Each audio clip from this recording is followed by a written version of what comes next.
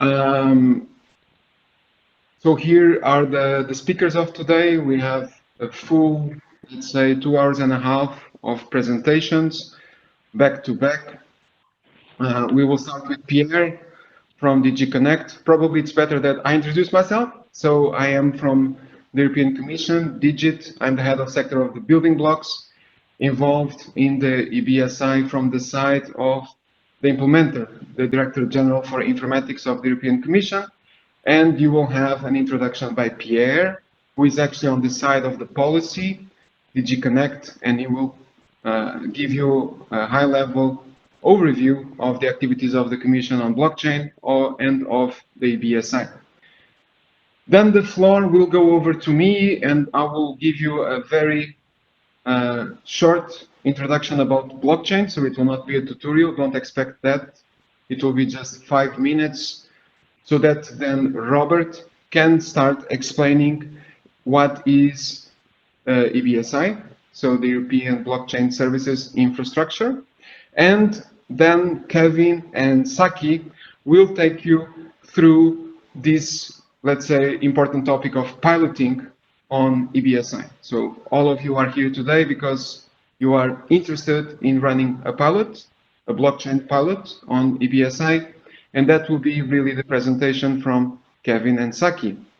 We know that many of you have some technical questions about EBSI, you want to know more, you want to go into the detail, and that's why Wesley will be having this technical forum with the ones that really want to go deeper on the EBSI technicalities, and that will happen afterwards. We will also have two presentations, one from my colleagues of the European Commission, Inez and Deborah, because they're already running a pilot, so they will share their experience in running a pilot on the European blockchain services infrastructure. And we will have also colleagues from Norway explaining their blockchain initiative. So this will be quite interesting. And what we will also do to keep the day interactive is to have you participate in small polls, online polling, and that will be done by my colleague here, Zaira, and I'm also joined by Saki and Greg. All of them are working in this large team of the European Blockchain Services Infrastructure. So today you have then Digit, DigiConnect, and the broad team of the EBSI to take you through the 2 hours and a half. And we will start by breaking the ice with an online poll that Zaira will explain how this will work. Zaira, can you explain to everyone how Menti works? And we will see the results coming up online. Yes, good morning, everyone. My name is Zaira. To keep this webinar interactive and interesting, I'm going to ask you guys to join us on Menti. So every time you see the yellow slide, it's RQ. So you have to go to menti.com and then use the code. And then I will share my screen and we'll be able to see each other's answers or questions posted online. Let's start with an icebreaker. There we go. Can you see my screen? Oops. Wait, hold on. It's coming up. This is all part of the show, right? Exactly. Here we go. We can already see that there's people participating on the Menti. Excellent. Let's wait until we have about 20 people. Let's give enough time for everyone to get on Minty. Look at those nice colors. Everyone has an internet connection. There's no excuse. This is actually fun. So what is the question, Zaira? The question is, prior to this webinar, we shared the learning material with you, which are the YouTube videos and the toolkit. Did you use it? We have both on yes, I did both, and no, I did not use it. So those are the majority right now. Guys, if you don't know what we are talking about, then the answer is no.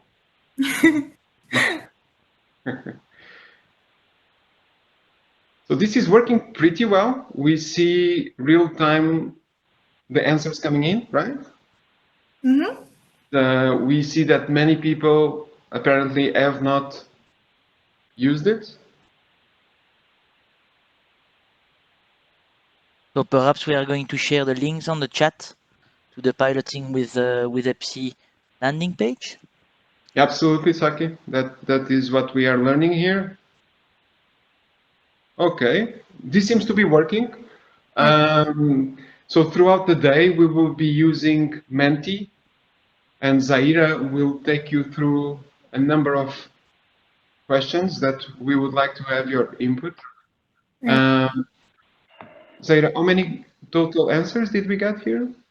So you're making me count. Oh, okay, okay. You don't have the count. Okay, 28.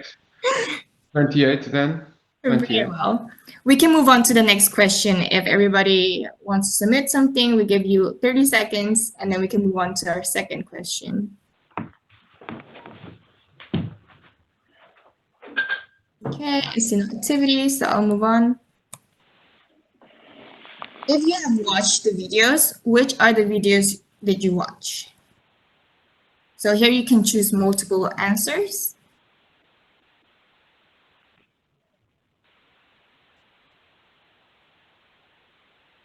Very well.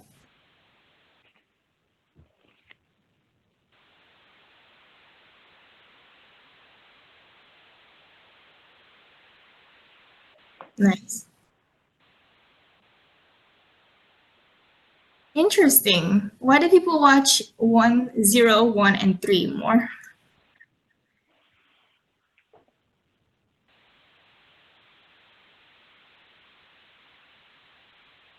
That's very good. Okay. I have shared the link on the chat, and there you will find on this landing page the access to all the videos that are mentioned here on these slides. Okay, Zaira, I suggest then that we move to our first presentation. I would just like to thank everyone, of course. Last question. Yeah. Oh, there's one more. Okay, cool. One more, and then we can move on to the presentation. How did you find the material to those who watched it, to those who used it? Was it useful to you? Was it not? Can you please give us a short description of why yes and why not?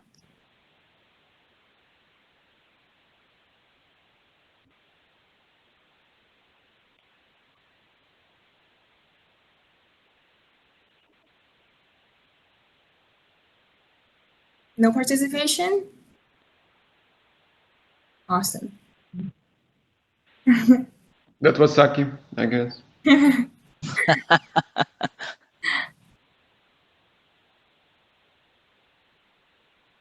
You can be honest too, right? If you didn't find it useful, you can tell us why, because it's constructive feedback. It's anonymous, so we can see that you submitted it. Well, it's actually hard to find because at the moment it was a bit less structured. Understood. But this is excellent. I mean, This is nice, yes, this is very nice. Don't hesitate, don't be shy. Right. very good, very good. This is very encouraging as well. And again, thank you for connecting today. And definitely thank you for all this impressive feedback. It really shows that people were eager to know more about EBSI, and this is what we will do today. We will give you all information that you need to start using EBSI, to start piloting EBSI. So I think these 2 hours will be immensely productive and will give you a lot of information. And then all the slides will be online. There will be a recording online, and you will be able to contact us in case you have questions. So this is the beginning, not the end, and definitely the beginning of the webinar, right, Zaira? Yeah. All right, let's move back to the presentation. I give the floor to Pierre.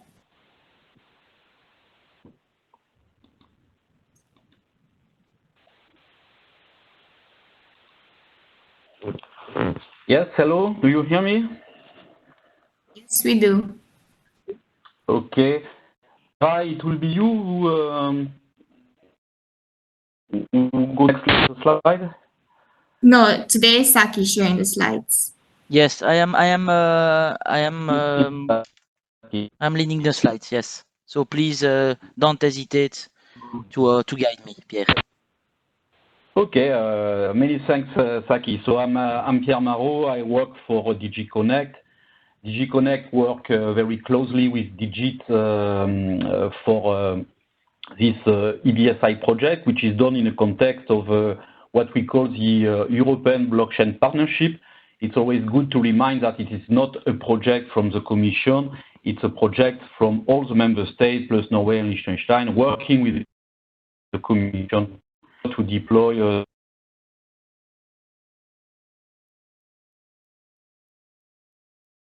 can facilitate cross-border services, in particular for cross-border services. To remind this context that we are not talking about the European Commission project. We are really talking about a project involving all the member states through this European blockchain partnership. So the first slide is just to give you an overview about where we are in this process. The partnership was established in 2018. We had the first discussion about what should be the priority of this partnership. Then we have the first funding that was decided in 2019, and when we really start to do the work for EBSI, really to start to build this infrastructure. And we had a first demonstrator in the beginning of 2020. We have a first release a few months later about the first version of EBSI, which is more a version for testing. It could be presented as a kind of a sandbox for EBSI. We have now in a phase where we initiate the preparation of pilot activities using the material which is already available, but also anticipating the delivery of the first real version of EBSI. That will be a version that will be ready to go into production, which is what we call the EBSI version 2, and which will come in by the end of Q1 2021. So today it's an important day for us to, let's say, interact with you in order that we prepare different players to start to use EBSI or to anticipate the first version into production, to think about new type of use case that can be supported through this infrastructure. So as I said before, we have a first version which can be used already as a sandbox. Now what is important, and I think it was good that we start this workshop by your feedback through the menti.com. We want to make it in a way which is as much interactive as possible. It's not always easy, in particular in the current context, but I think that the Menti tools is a good way to do that. I mean, the event of today is particularly designed for that. We really expect you to participate in those debates and to explain clearly what we're expecting from the team in order to be ready to start using EBSI or to start thinking about how EBSI in the future can help you, or how you can exploit those capacity to propose innovative services. The next slide. We have probably today different type of participants. I mean, some of you can be, let's say, people who have participated in the preparation of a proposal in the context of a CEF blockchain call that has been launched earlier this year.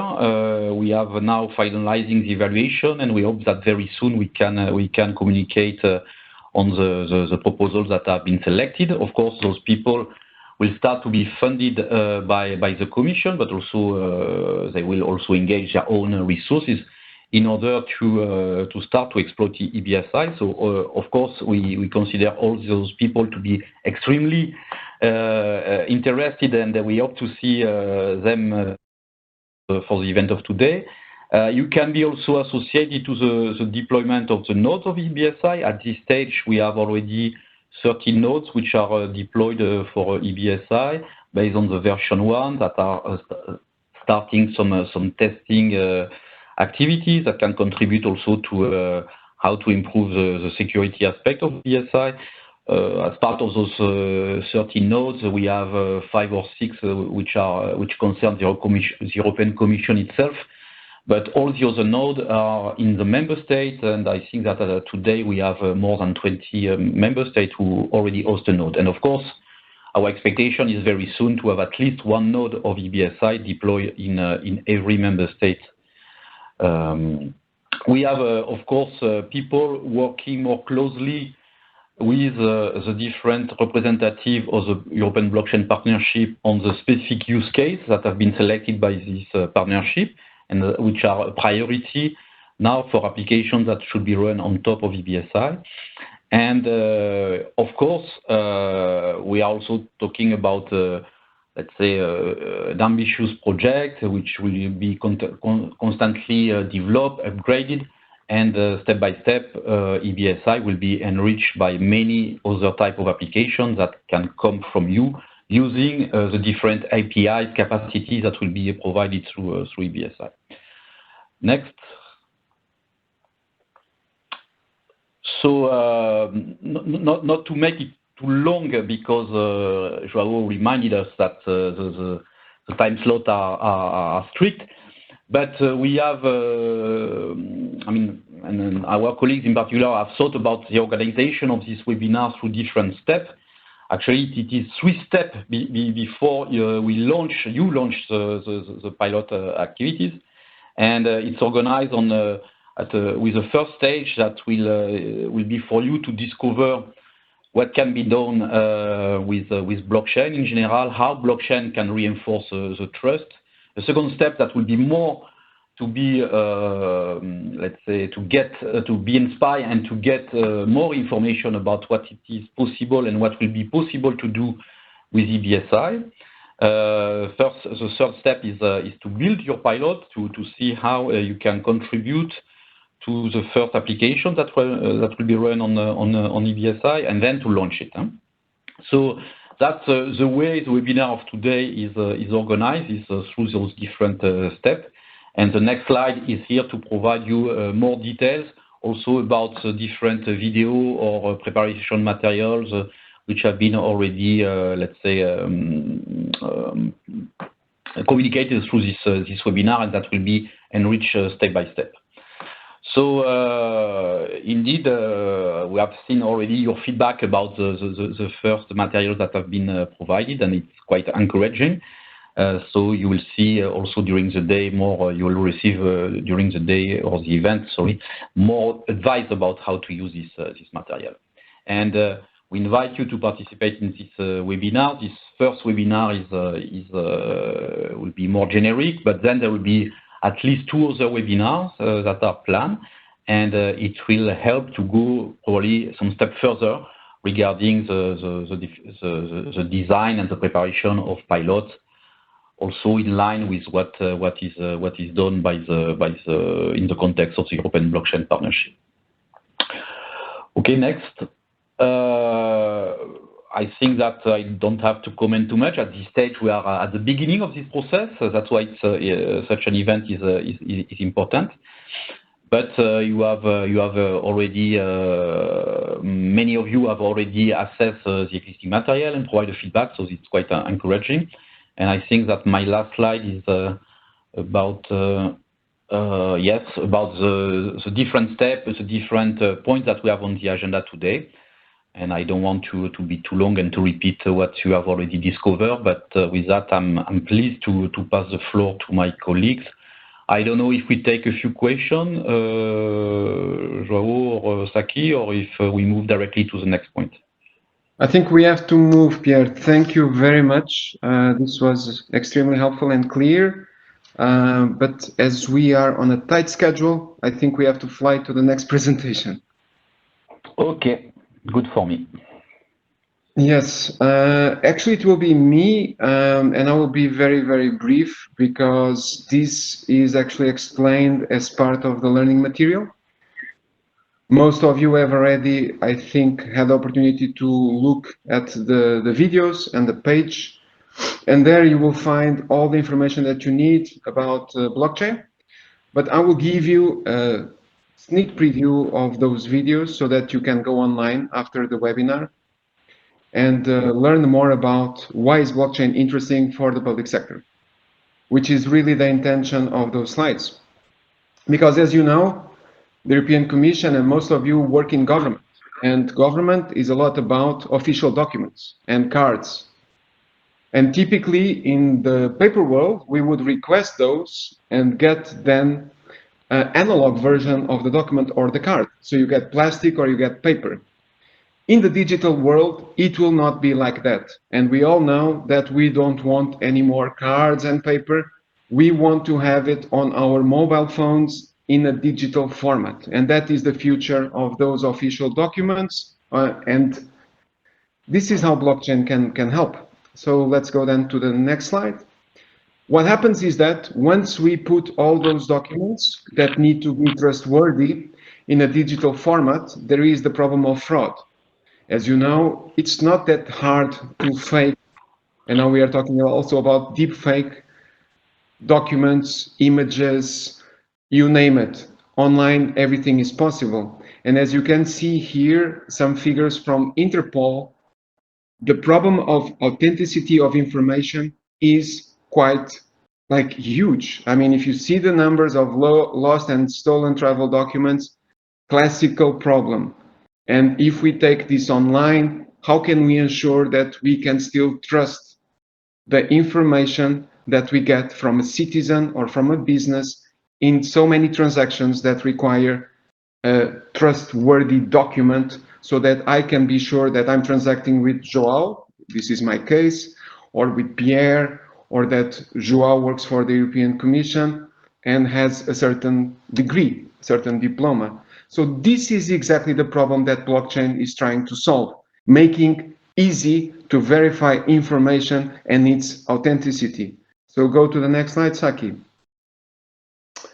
What the video shows is that classically, the problem of verifying information online was many times solved through this so-called digital post pattern. But blockchain brings an alternative, which is the so-called digital wallet pattern. It's not that one is better than the other. Both will continue to be used, but we need to think about the advantages and also disadvantages of each one of them. So let's then have a quick look at the first pattern. If we think about how governments have been ensuring the authenticity of information, since the early days, it's all about contacting the origin, so the database, the register that holds the information, and ask that original database, the source of information, to provide a copy. So this is why, classically, on paper, you are asked to go to your consulate many times or to a specific administration and ask the issuance of a document. Because typically, this is how historically things have been done since long time ago. And actually, I was reading about this since the 17th century, right? You need that document with a certain seal and you go and you ask for it. That same pattern was replicated online. So what you have is this idea of a secure exchange of information between someone that needs the document and someone that can provide the document, and then the document is issued real time and sent back to the requester. But this takes time, and of course, it creates a lot of back and forth, a lot of traffic. Typically, what matters here is the secure data exchange protocol that ensures that over the internet, there is no way of tampering the information while it travels from the sender and the receiver. And we have loads of those protocols, and blockchain is not one of them. So it is a misunderstanding that blockchain is just another secure data exchange protocol similar to web services, REST, EDI, and you name it. blockchain is not that. So if we look at what blockchain brings, is another way of looking at this. So we will no longer need to contact the source of the information with blockchain, because once the source of the information makes that information available in digital format, it creates a sort of fingerprint on the blockchain so that that document can be verified through digital signatures and the fingerprint on the blockchain without needing to be issued again and again and again. And on top of that, there is also technology being developed so that the document can be partially disclosed. So I don't really need to provide all the information present in my birth certificate. I can just give snippets of that information and still ensure whoever receives it that that document was issued to me by a trustworthy public administration at a certain moment in time. And these three vectors are extremely important. When was the document issued? Is it valid? Who was it issued to? In this case, João. Who issued it? In this case, the Portuguese public administration, because I was born in Lisbon. And this is what the videos explain. Is a different blockchain brings a different way to verify information that does not rely on the just-in-time issuing of information. You can actually verify it throughout its life cycle. And this is why we see blockchain applied to multiple processes that require the verification of information from, let's say, a supply chain to financial transactions, to a lot of things related to identification, because blockchain is a ledger, is a list of where we keep the records. It's record keeping, where we can go and verify, okay, this is true. I can continue. I can go to the next step. So I invite you to have a look at the video, and I will not take more of your time, because I think everyone is eager to know how we are doing this in real on like the project that we are talking about here today, which is the blockchain services infrastructure of the European Union. So some advantages of looking at blockchain is definitely data control by the citizen, the possibility of selective data disclosure. We have improved traceability of the origin and the recipient of the information. And once at scale, once we have a lot of applications that are able to use this new way of verifying information, we have increased efficiency. Now, we cannot do this if we don't trust the blockchain. So to have a blockchain that is trustworthy, that respects European values, we need to have an European blockchain that is open, but at the same time secure, that allows the participation of multiple vendors, and that is well governed with the participation of the member states and of the European Commission. And this is exactly what we are doing and what Robert will be explaining in its next presentation. Hello, everybody. My name is Robert Czarny. I'm a driver of EBSI Technical Office. And I will try to explain you what we are currently doing with the EBSI project. Thank you, Joao. Now that we know a little bit more about the blockchain, let's focus on EBSI. Please, next slide.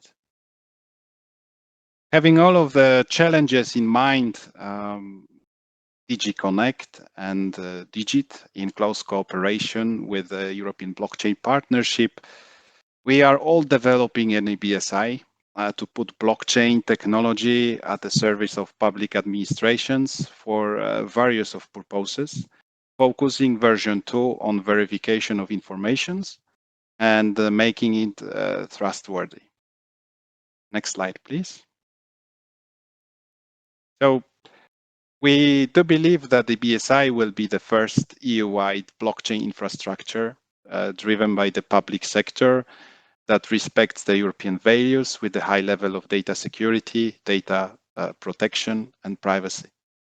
We are focusing on mobility aspects to make this solution enhanced and cross-border.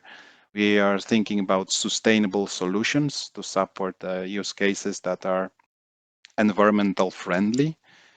The most important part for us is also to be compliant with regulations and directives. We are also trying to be enabler and to reinforce the blockchain capabilities in Europe.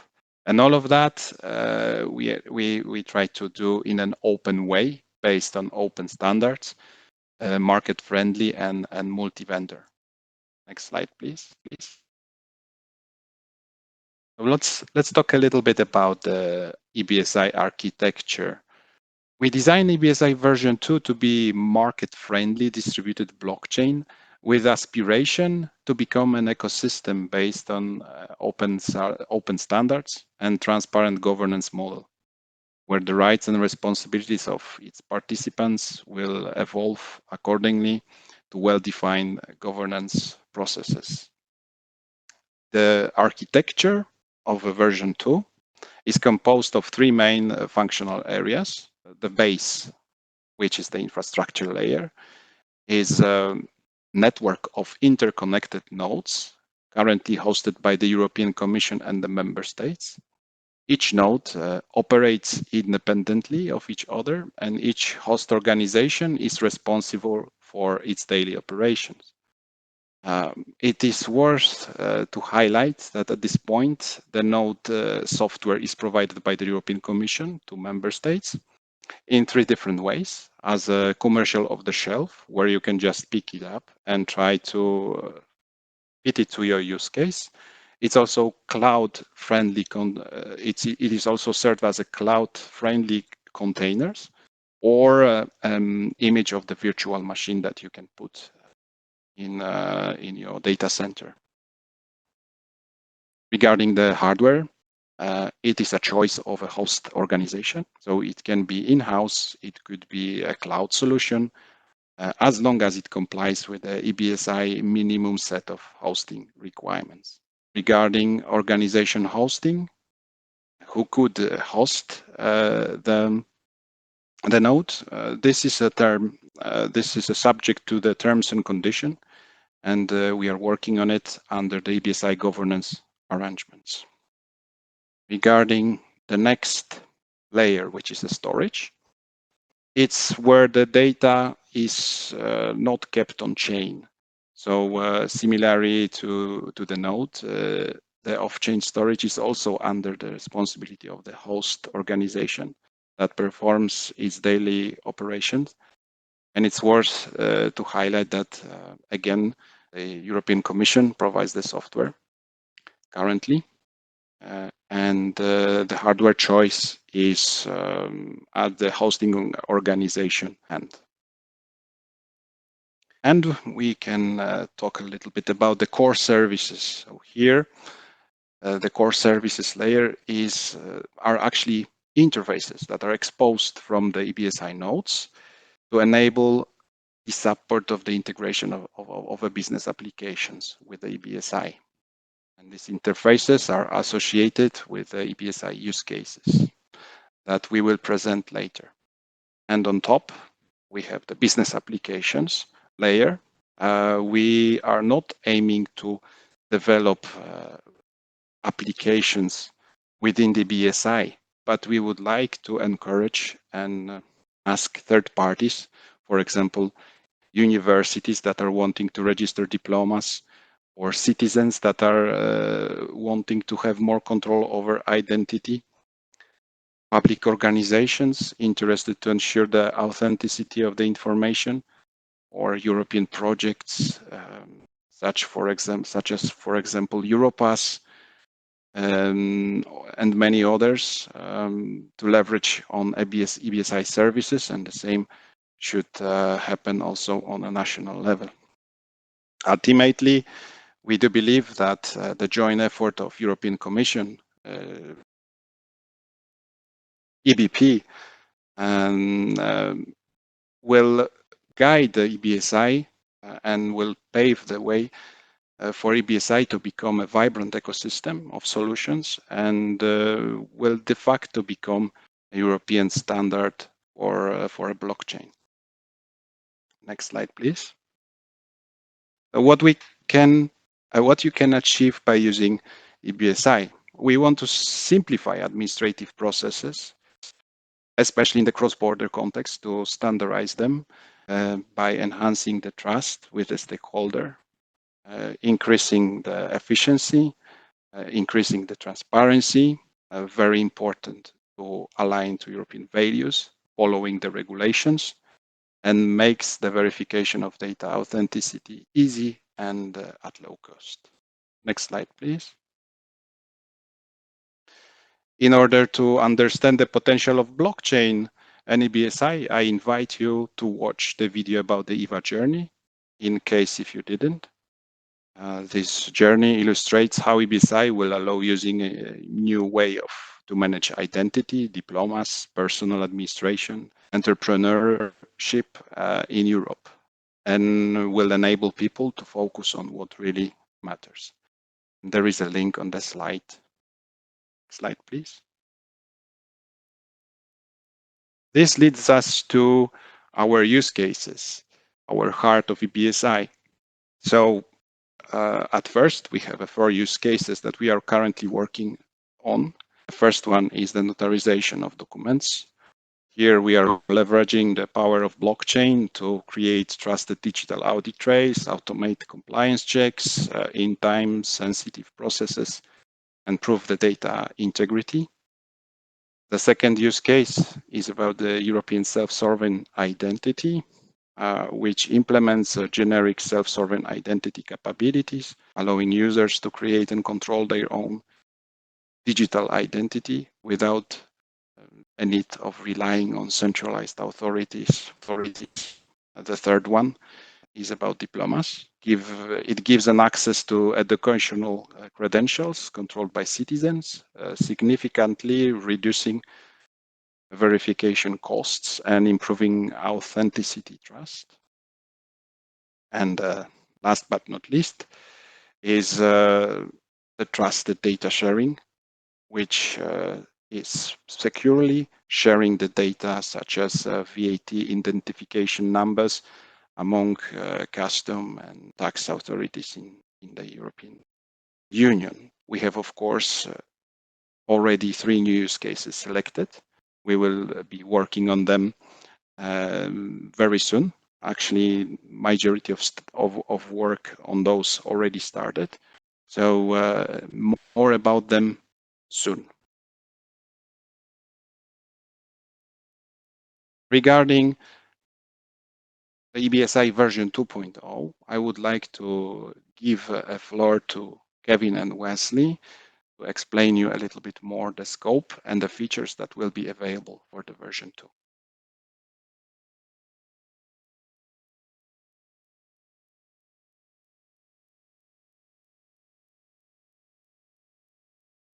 Kevin? Can you hear me? Yes, I hear you. Hello, hello. Okay, excellent. Okay. Hello, everyone. So, yeah, as Robert said, on this slide, you have for one of the use case. In this case, is what we call CEF, self-sovereign identity. You have the list of functionalities, capabilities that will be delivered and supported in the version 2. We can go through them very quickly. The first one being the onboarding on CEF. This one address 2 types of user. The natural person will be allowed to onboard on CEF to create its own self-sovereign identity and register it on CEF, then on EBSI. The same for a legal entity. Legal entity would be able also to record themselves as a company. I can create my identity, and then I can prove that I am who I am. Set up verifiable ID authentication. This is only for a legal entity. Then we have the authentication using verifiable ID for natural person. Request issuance of verifiable ID. Request verifiable attestation. Present verifiable attestation. All of those scenarios are on the CEF level. They are pretty generic, and we will go in the next use case into more concrete application of all those functionality, because right now they can look rather abstract.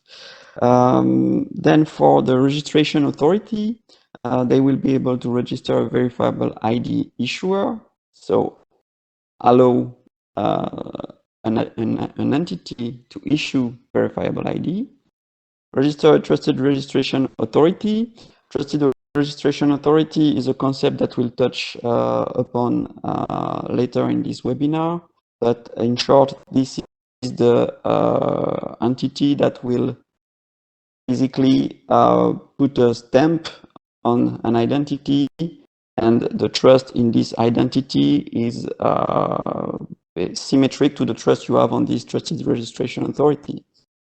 And then finally, register a verifiable ID data schema in the trusted schema registry, meaning the document you'll be able to register and issue will be defined by a schema, so it will be standardized. And all those schema will be referenced somewhere in EBSI, and you'll be able to check that a document is conform to a schema. Again, those concepts are pretty abstract at the ESIF level, but we'll see concrete application as soon as we'll talk about diploma. I think this is the next slide. Yeah. Kevin?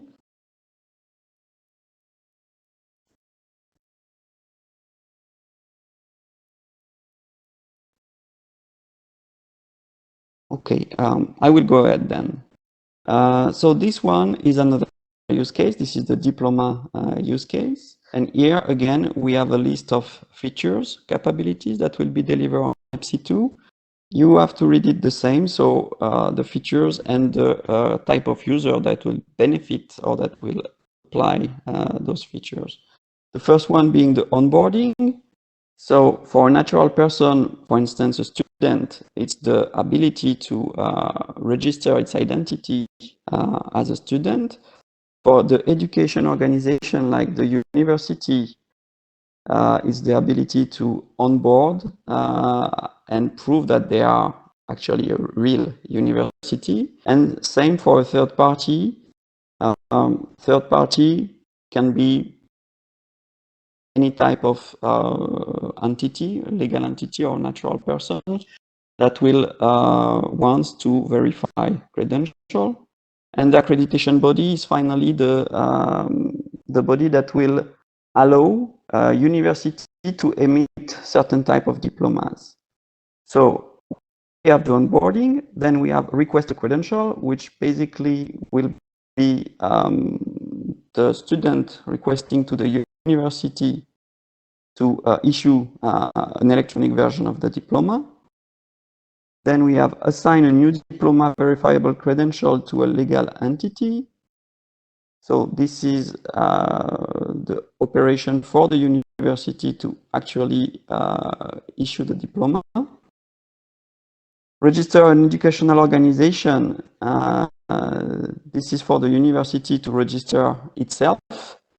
So this scenario involves both the university and the accreditation body. Register a new diploma verifiable credential, request to be accredited to issue a diploma. All of those scenarios work together.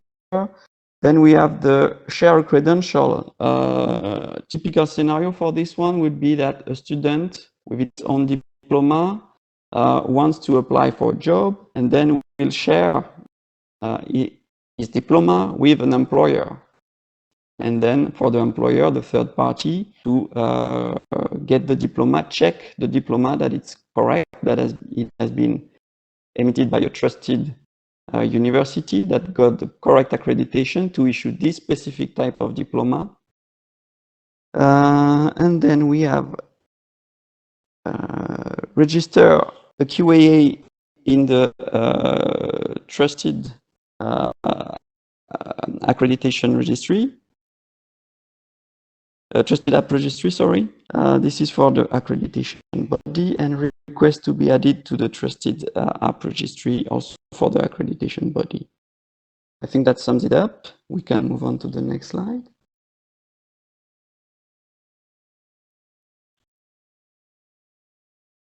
I leave you, Kevin, to take that one. Oh, seems like we have a sound problem still.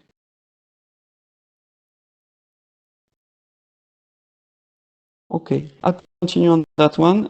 Third use case, notarization. So same way, we retrieve the onboarding capability, which is again an instantiation of the ESIF one that we saw on the first slide that is reused across all the use case, allowing in this case a natural person or legal entity to onboard on the notarization use case. We have the ID authentication. Again, it's an instantiation of what we saw on ESIF, allowing natural person and legal entity to authenticate. We have the main, I would say, capability, which is the notarization of a document together with its metadata. It's accessible for both natural person and legal entity. Retrieve and browse the notarization history,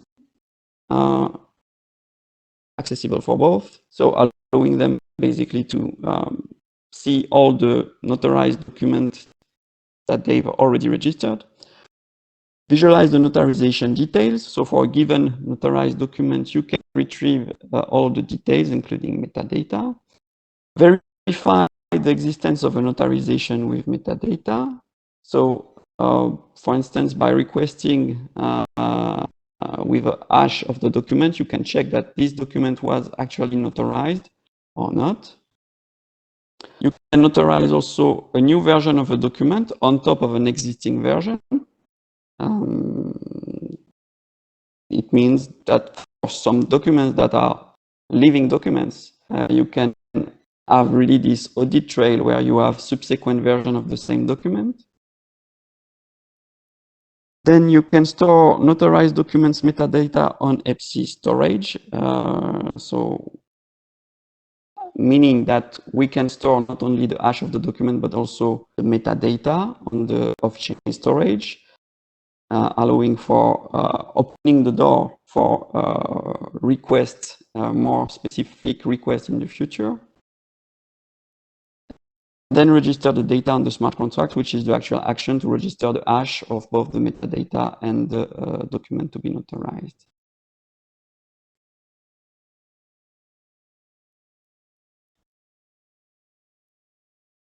That's it. And here I would like to also show you a little bit more about the services around the EBSI platform. So we have enabling services where we provide the software which you can use to stage a node. We are also providing the version 1 sample applications that you can use, and you can try to understand how the blockchain works and how you could potentially reuse some concepts in your use cases, and a set of APIs delivered with the version 1. On top, we have an operations services. So all of services that are foreseen for you, like connectivity testing, like access to the testnet. We are thinking in version 2 about the conformance testing facility, which will allow us to check up whether the applications that are developed by third parties are EBSI compliant, are EBSI ready.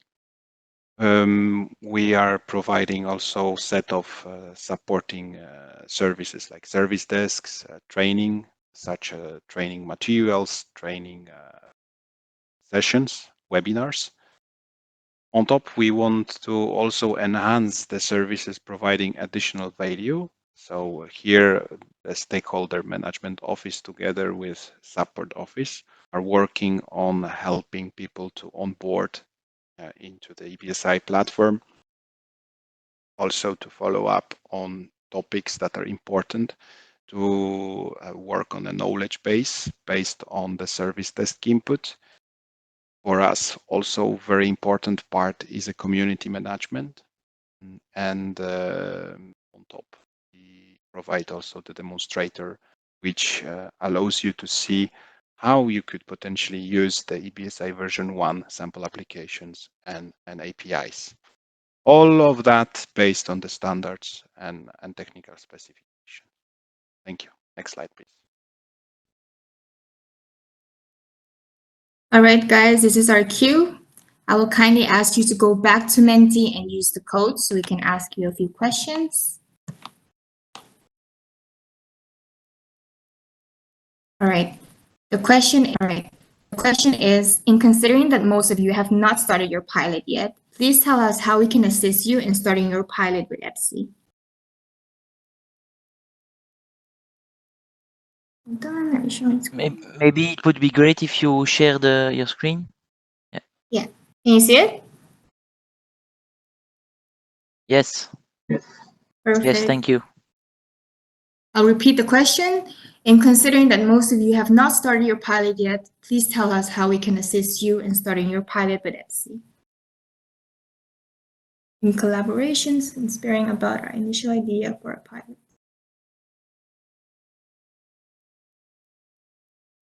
All right. Good, that's interesting.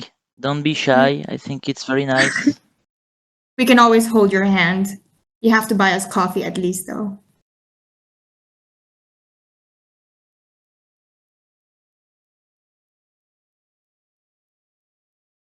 Provide good documentation. We have proper documentation online. Maybe we can send you the link for that if you want.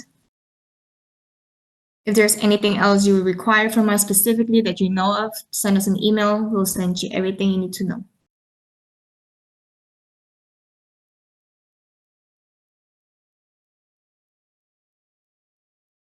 Budget promise we didn't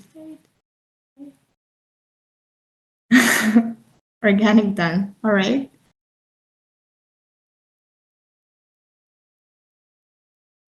Yes, in Brussels. Interesting. Okay. Make EBSI really operational. That's interesting as well. Possibility to interconnect with others who are also working on use case. That's really the intention behind the webinars and the training material, that the templates and tools that we are providing here. The stakeholder management office would like to really put in contact and Right. let's say making the member states share with each other. Right. I also noticed that people would like to finally have operational EBSI, and that's what we are working on right now, right here, as we do this webinar. The whole army of developers, technical architects, business analysts, architects, and also developers, I think I've mentioned, are working on to deliver this, and domain experts as well. So there is a lot of activities going on EBSI, and we will try to do our best to make EBSI really operational soon. We aim for Q1 2021. Right. All right, let's move to the next question. Wait, Zaira, just 2 seconds. Okay. I see that there are a lot of questions in the chat. We will take all the questions that are in the chat and provide the answers on the meeting page after the meeting. So don't worry if you don't see the answers directly here. We will provide it later. Thank you, Greg. With that being said, let's move to our next question. Work. All right. For those who have started your pilot with EBSI, what are your experiences so far, and what are the biggest challenges you've been faced with?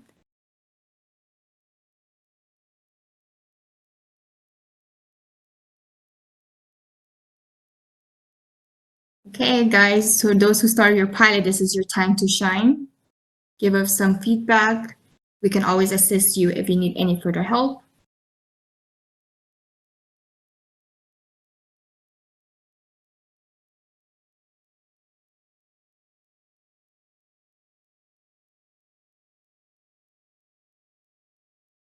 No? Okay. Some of you seems to be missing. I've noticed a question regarding APIs, and I have a good news. We will discuss that later on technical panel session. All right, I'll give you guys about 30 seconds more for those who have started your pilot, and then we'll move on to the next question.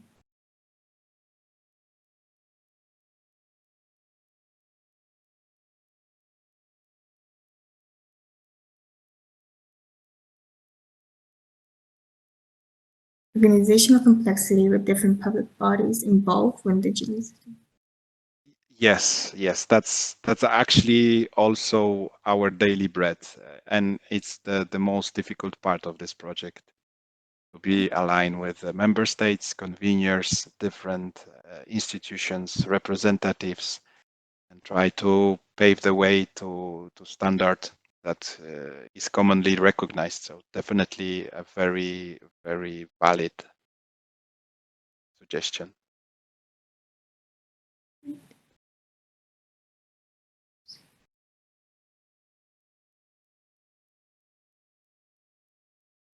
Yeah. Okay. Let's move on to our next question.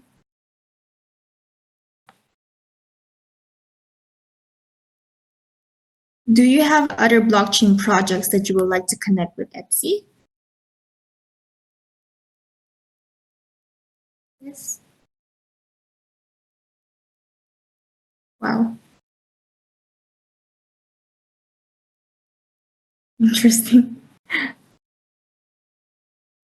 That's a very interesting question because here it's about the further vision of EBSI, whether it's supposed to be a unique platform or whether it should be some sort of a network of networks which will allow to use trustworthy services.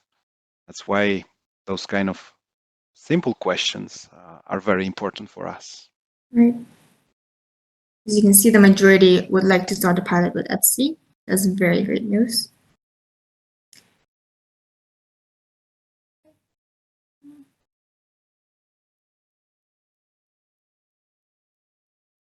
Few more seconds. Right. At least we have a round number. With that being said, I'm going to yield the floor back to Saki. Thank you for your participation. Let's go back to the presentation.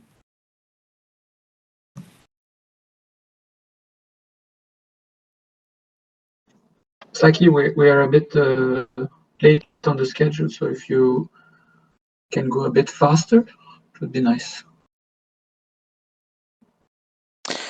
All right. Can you hear me? Yes, I will go. I will try to go fast. Normally, I'm good in being fast, so that's not a problem. Hello, everyone. I will take 5 to 10 minutes to actually help you or try to help you on how to get started with EBSI. So today you have 3 ways to get started with EBSI, as also the colleagues already mentioned earlier.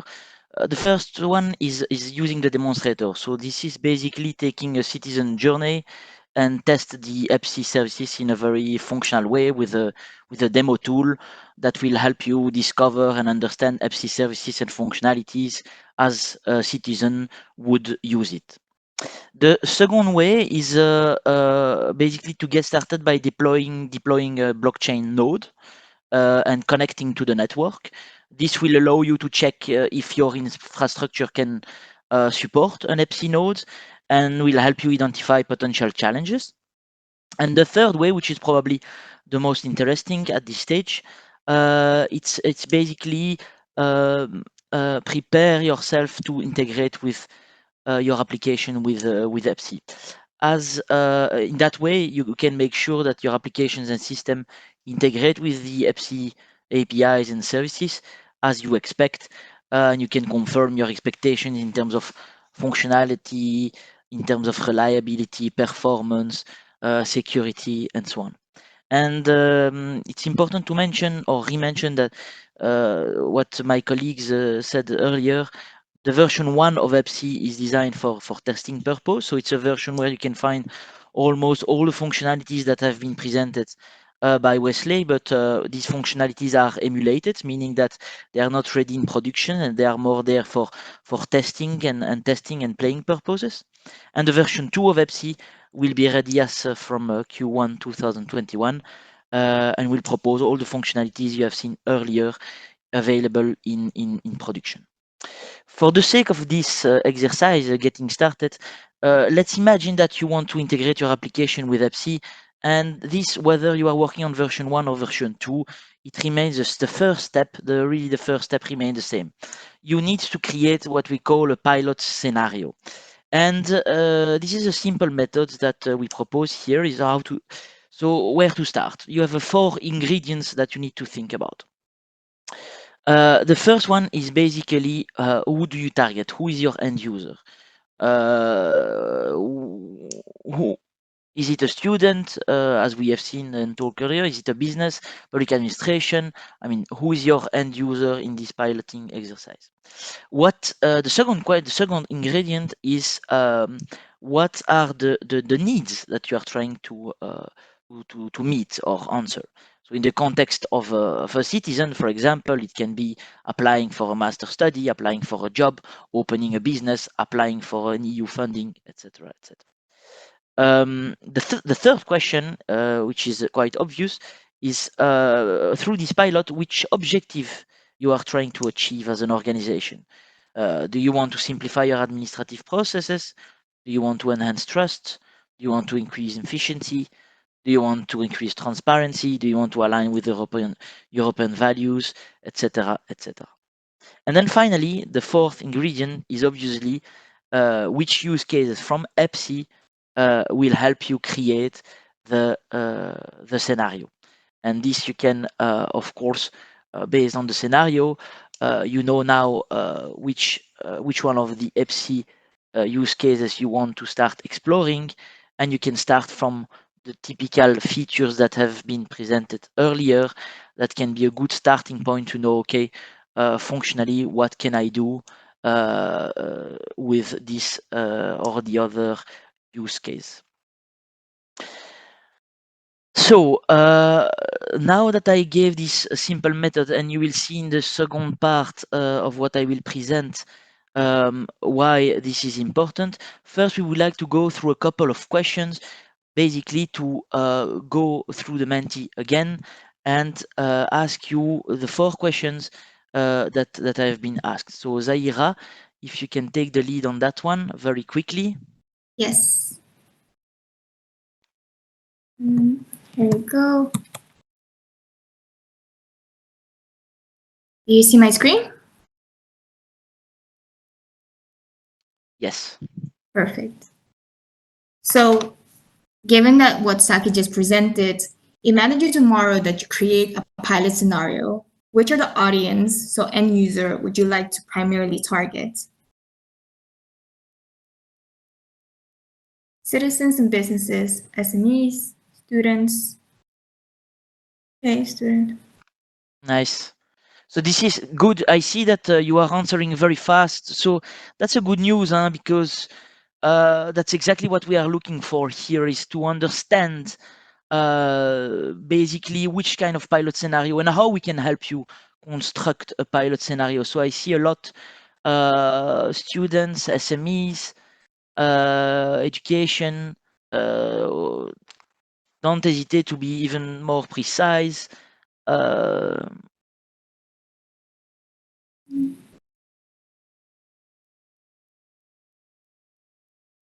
Can we see, Zaira, can we see what is down? Yeah, but here we go. And Okay, great, interesting. So we see that there are some winners. Very interesting. Thank you for taking the time on this. Maybe we can go to the second question. Yes. So imagine that tomorrow you create your pilot scenario. What are the needs that you would like to meet first? So take back, of course, your target audience, and now try to imagine which need you want to answer. What would be the priority that you want to tackle for your end user?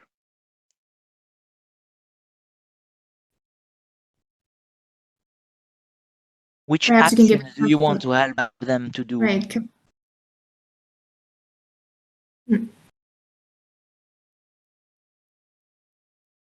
International nations, universities.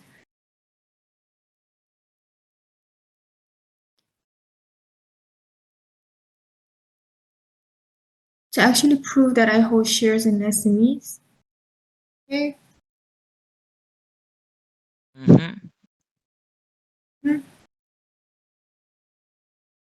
Interesting.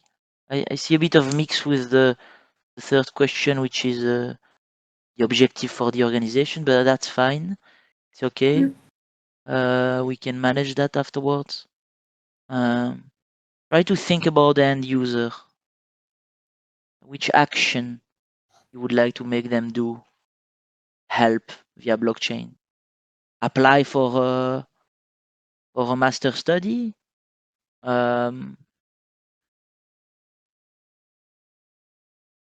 Apply for a job. Facilitate the application for a job. Issuance of diploma. Okay.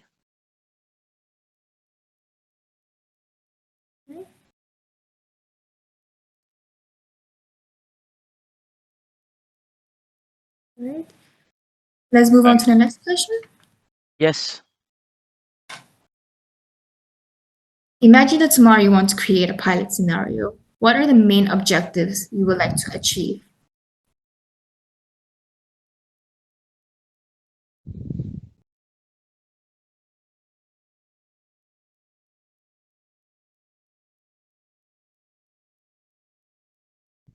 As an organization, I remind you the examples that you press my. That's what we're trying to do. Be original. So we have discussed about the simplification of administration processes, Right. the enhancing trust, Right. streamlining the verification process. Joao was talking a lot about that, which can help you reduce cost eventually at scale, of course. Try to keep in mind that your needs, your audience, and then think about how you can help them, the objectives you would like to achieve in order to assist them in doing what you want, what is facilitating them to share documents and letter. Okay. Right. Minimize the document exchange. That's nice. Bureaucracy with public administration. Okay. Easy data sharing. Owned by individuals, so the control by the nice.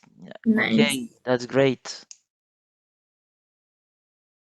All right, guys, keep it coming. Enable free mobility of students in EU around the world. That's very Making the process of diploma legalization more trustworthy. That's actually very nice. We are going to the next part is going to deep dive a little bit into this diploma use case. So that's good. Right. Only one principle is also something interesting. Right. As we are actually the first step to achieve that, the blockchain can really help here with reaching this only one principle. Great. I think it's good. Now let's go to the last question so that we can move on and not lose too much time. Right. So imagine that tomorrow you create a pilot scenario. Which one of the EBSI use case do you think will help you and why? So don't hesitate to put the use case and also a small explanation if you want, if you feel inspired. Diploma, yes, we see that this is coming back. All of them, great. Ambitious. Idea authorization coming. All right. SSI and diploma, okay. Okay.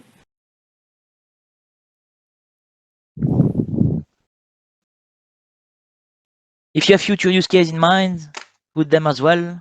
We never know, it can be something interesting, of course.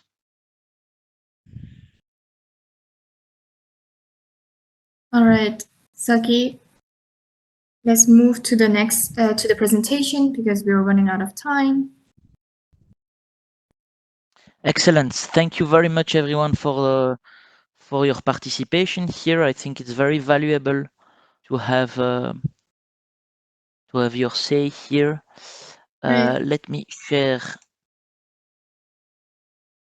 the presentation. Voilà. All right, so this allows me to move to this section. Maybe I will try to be a little bit less than 25 minutes, and I will be accompanied by my colleague Kevin, who will join me in this walkthrough exercise. So, building on what we said, the idea here is to take an example, a walkthrough example, to go through the steps to design your pilot, to design your very own pilot.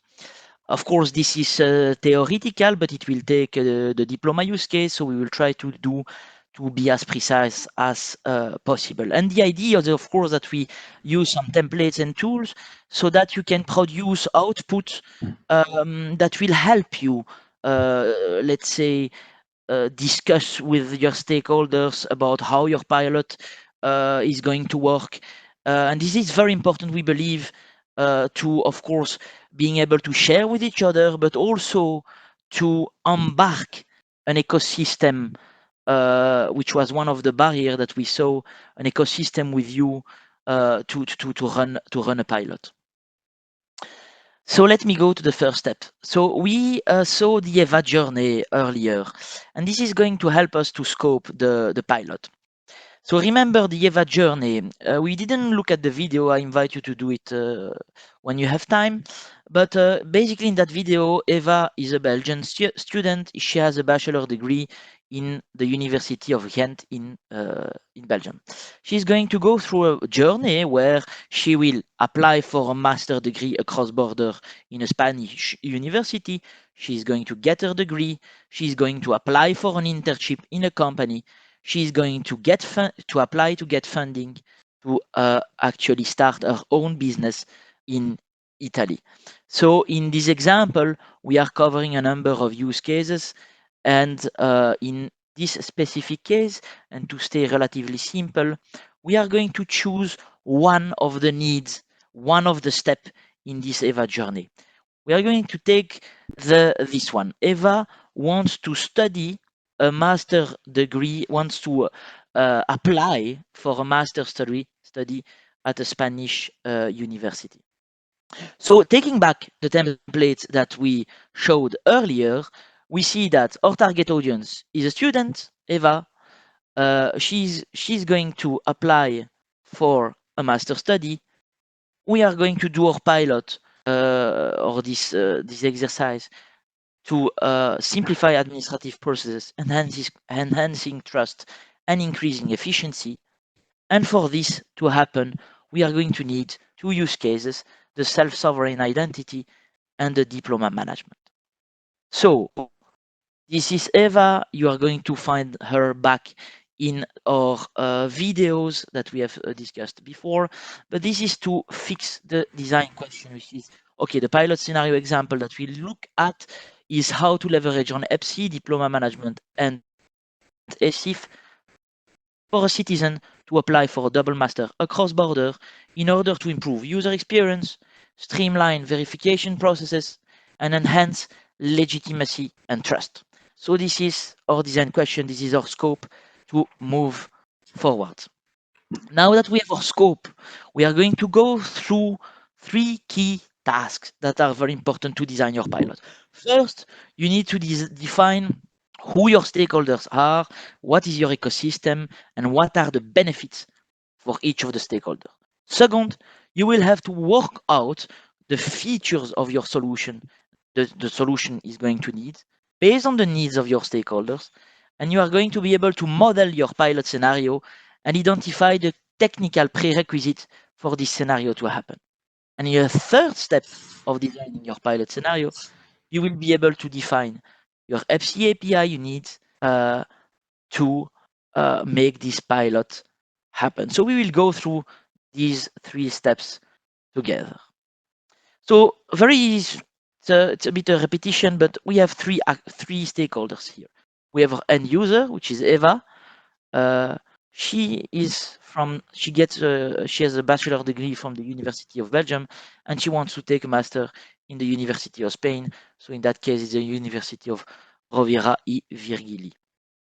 So these are our actors. Now that we have our actors, let's think very briefly about what are their key role and the high-level process of our scenario. So Eva is going to open her EBSI wallet, and we'll see later the prerequisite about the EBSI wallet, and she will send a request to the Belgian university for the verifiable credential of her bachelor degree.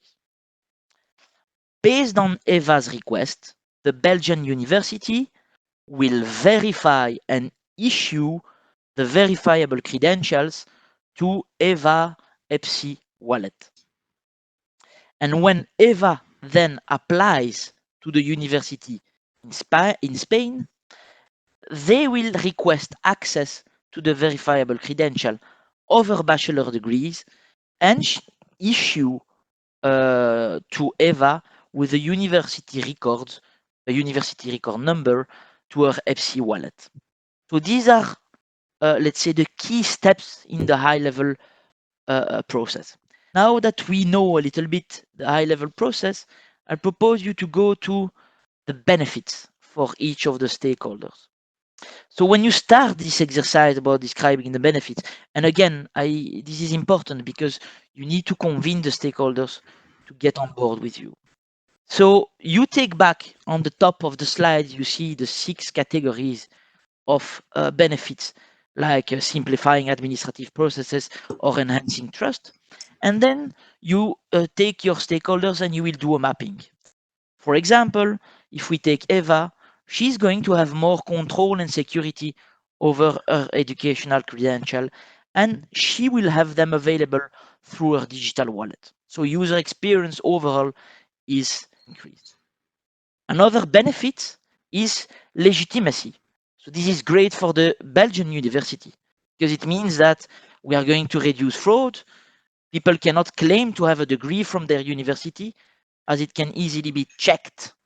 And in our example, it will be checked by the Spanish university. Will also benefit as they will be able to streamline the verification procedure, reducing administrative process and speeding up the full process. So this is in a nutshell, in the context of this example, the benefits that each stakeholder can have. Now let's move on to task 2. In the task 2, what you do is basically you will look at your process again, and you will look at the EBSI features that you have seen earlier in the presentation, and you will identify which features you need to model your scenario. In our case, let's go back to our example.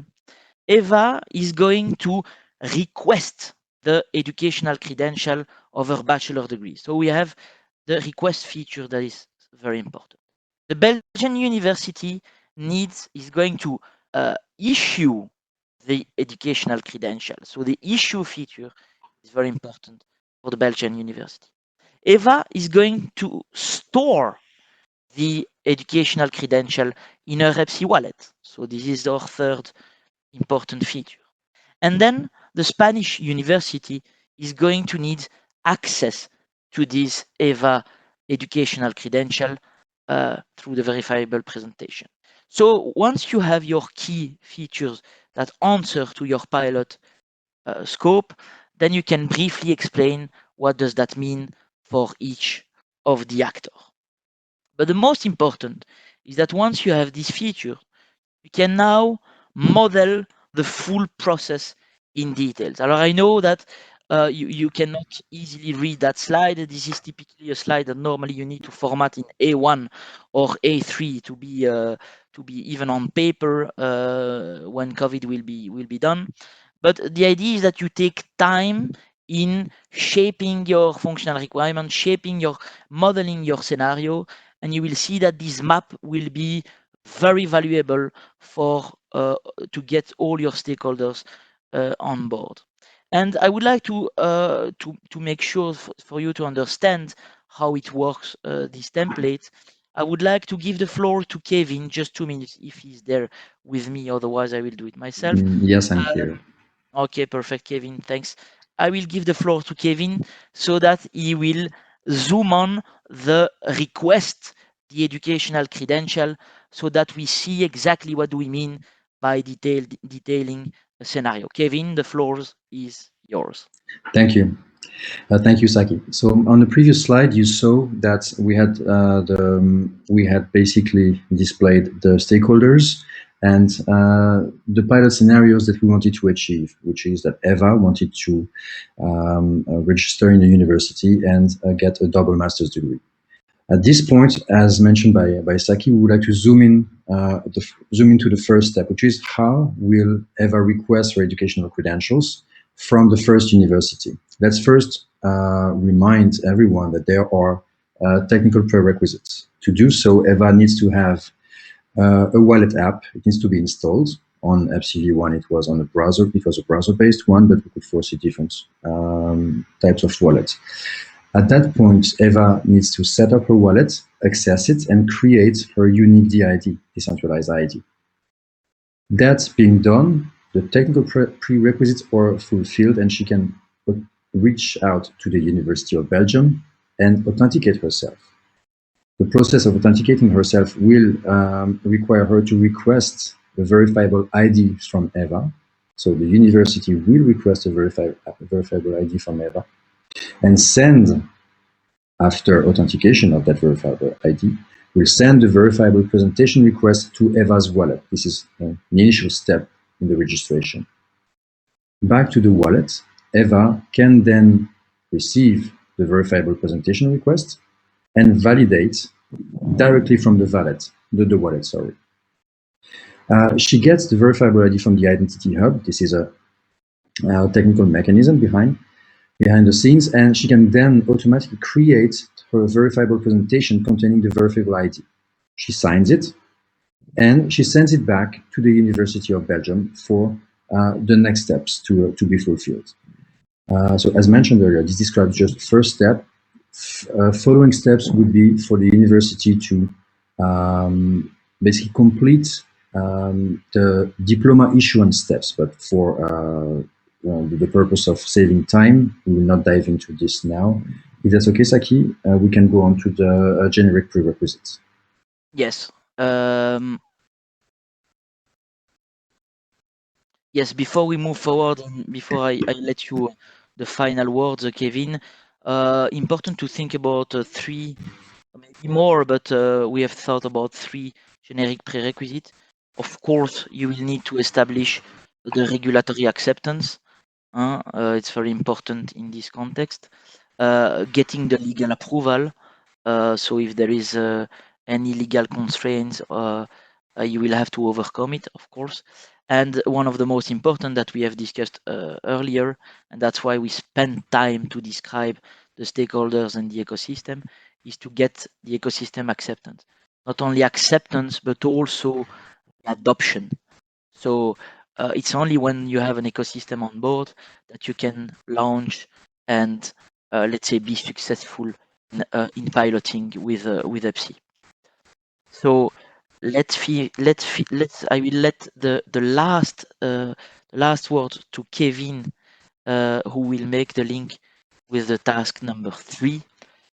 Exactly. Sure. So basically, you recognize the overall flow that we had earlier. I don't know if you have counted yet, but we have 31 steps. They are all numbered through and through. What's interesting on this slide is the extra section at the bottom that clearly highlights the core services, the APIs that are basically the interface that the EBSI infrastructure offers to the pilots. So here, what we're trying to highlight is the bridge between your identified pilot scenarios, a more granular breakdown of the identified features you want to request, educational credentials, etc. You want to store, these credentials you want to exchange between administrations. These are all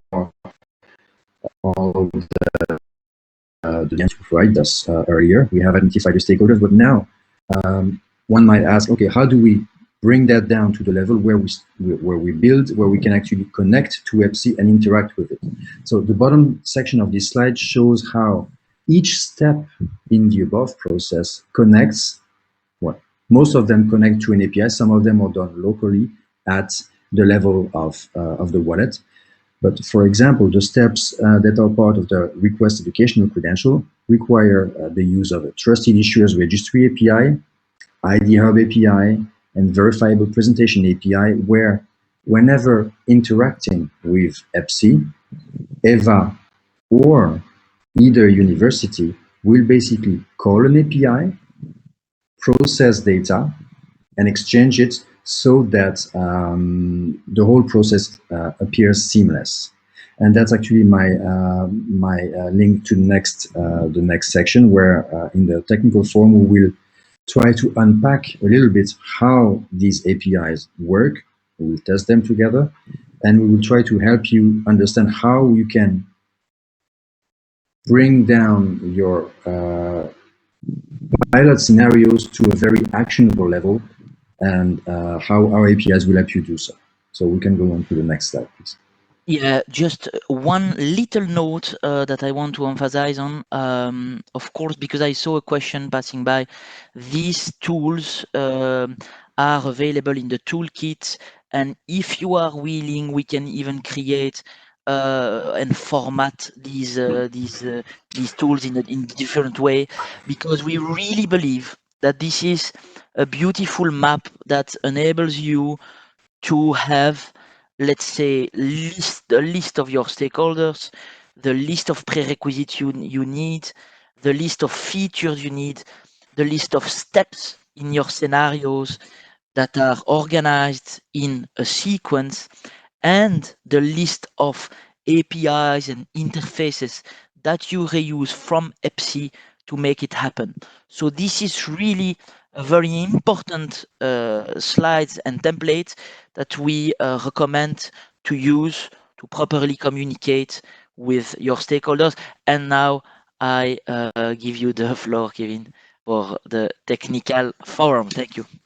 Thank you. I believe it will be, can we go to the next slide, please?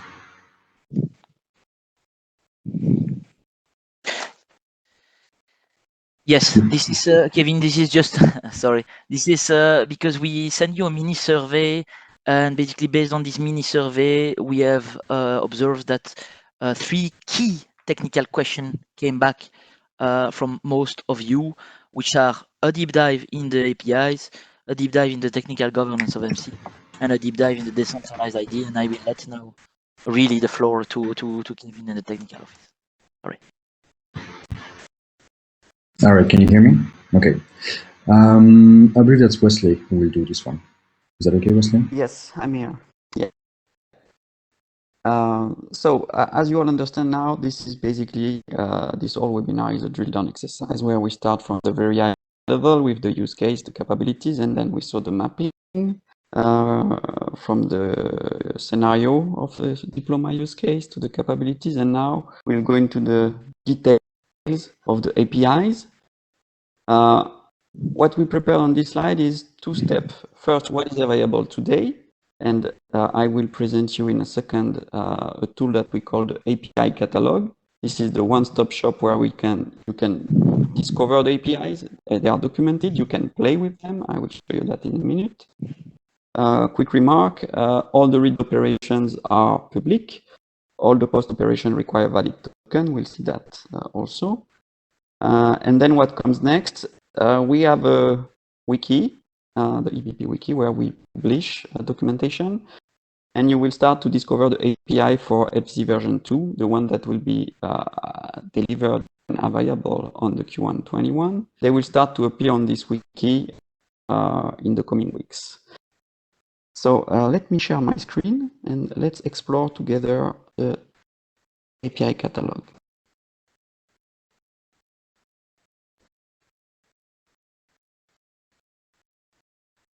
Can you see my screen now? Yes. All right. Yes, we can see. Yes, Wesley. So this URL is public. You have it on the slide. You can go visit it later. What you can find here is the list of service that we have, the famous core services. And here you can see all the endpoints explored by the API. So right now we are exploring the timestamp API, which is key for the notarization use case, for instance. And let's play a really concrete scenario. If you remember on the slide earlier, when I introduced notarization, we had the guess the list of record.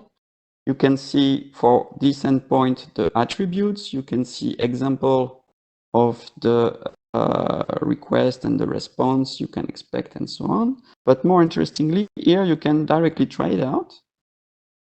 You can input your own, let's say I want 5 results, and I can execute the request right away.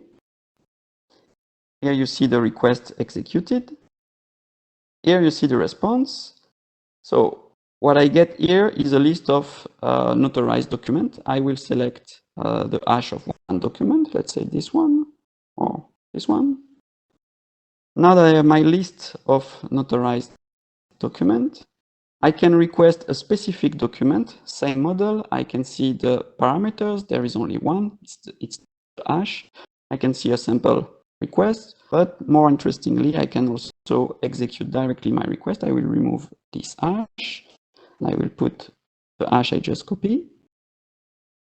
If I execute my request, you can see the request, you can see the response.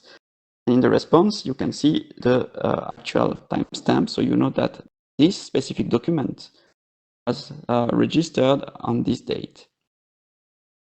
So this is a very easy way to verify that the document is actually notarized. If I play a little bit with the API, I can, for instance, send a wrong hash. I execute. And here I have a bad request and valid input argument because my argument is actually not the correct hash. But I can also just, let's say, revert to the original hash. I will just change one number. I execute. And here I have a not found because there is no document matching this hash existing in the timestamp API.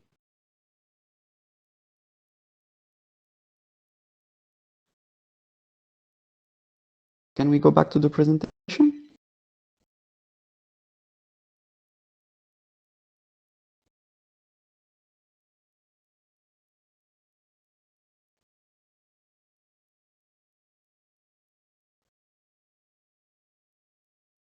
Okay, so this is available right now, the API catalog. It allows you to explore all the APIs that were, thank you. All the APIs that were available for EBSI 1, so they are still available, and the demonstration I just ran is running on the test network, the one where the member states nodes are actually running. So you can already explore, you can already get a very good idea of what are the APIs and the services offered by EBSI. Those services will be enhanced for version 2, so the API will become more complete. Some of them will slightly change or be renamed to be more accurate with the requirements we have for version 2. But it already allows you to do some scouting of what is available, what you can do, play with it, understand how it works. And as I said, what comes next is we'll start publishing the specification for the API version 2 in the coming weeks. Next slide, please. On this slide, we want also to touch base a little bit more on the decentralized ID concept. Decentralized ID, if you remember, we saw ESIF earlier, and we saw the onboarding process. Here on the decentralized ID, quick disclaimer is the Commission is currently working on trusted and secure EID. So this is a parallel track. We will contribute to this initiative through the decentralized identity framework. But this discussion ultimately aims at defining how to define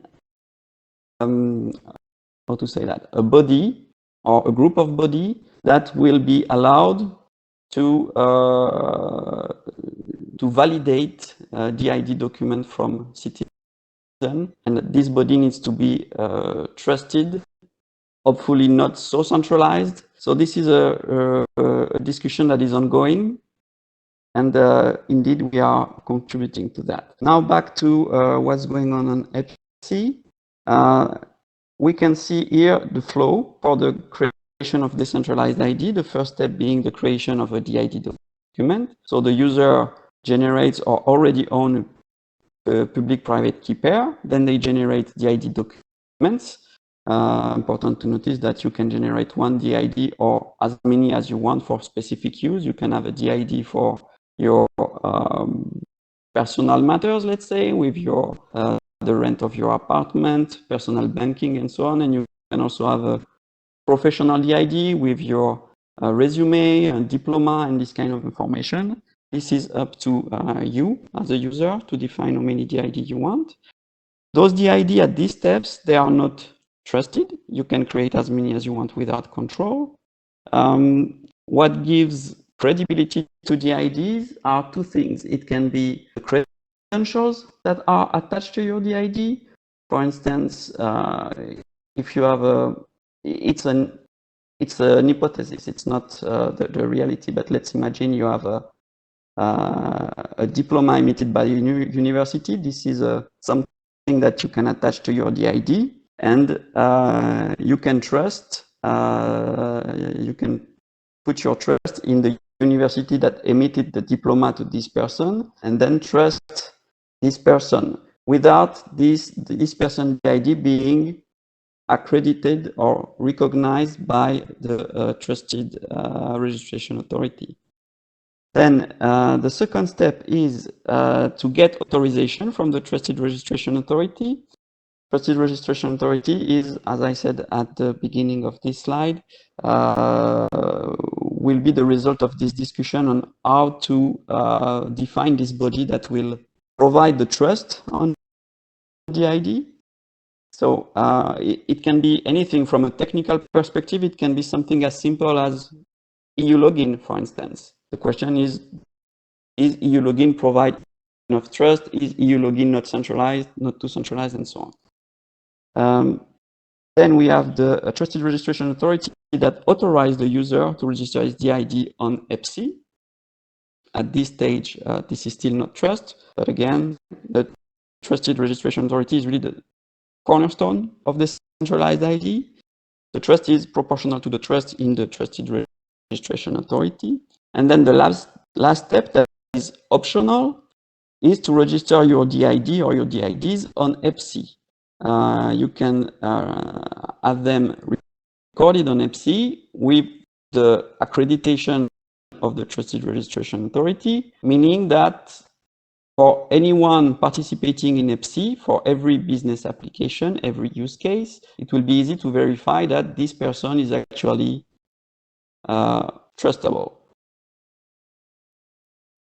However, this is optional in the sense that not all use case requires this level of trust. It might happen that for your piloting, you don't need this kind of trust level.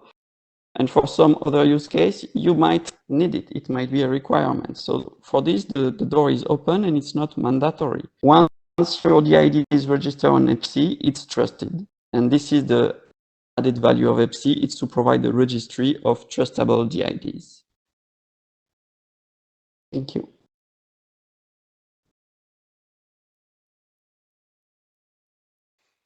Here, the next very, very, very important and hot topic is a technical governance.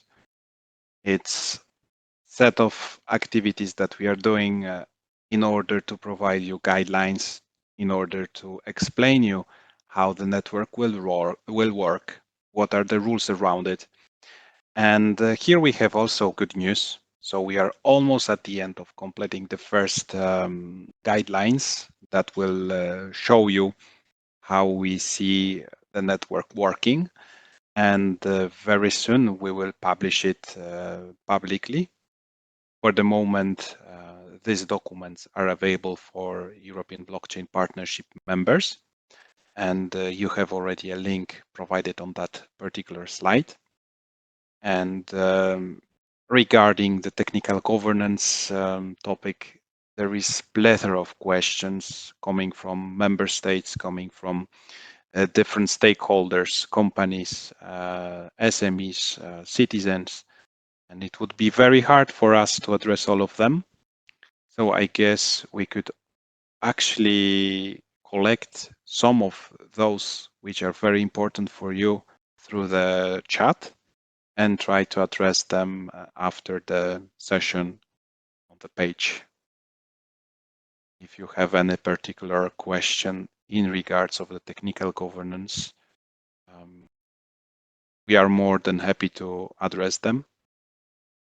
However, looking at the timing, I guess that could be a risky thing to open that Pandora box, I would say. Thank you. All right, let's go to the Menti. Let me share my screen.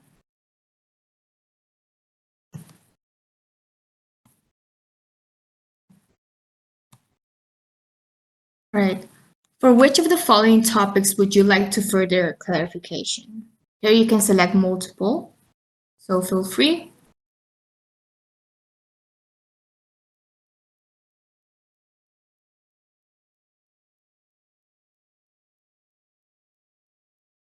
All right.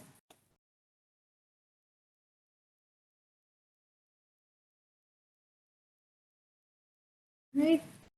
We have a lot on the wallet and decentralized ID.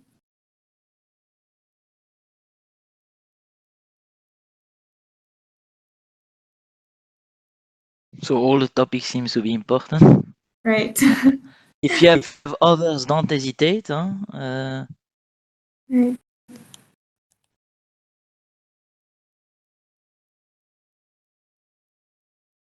Few more seconds, and then we move on to the next question.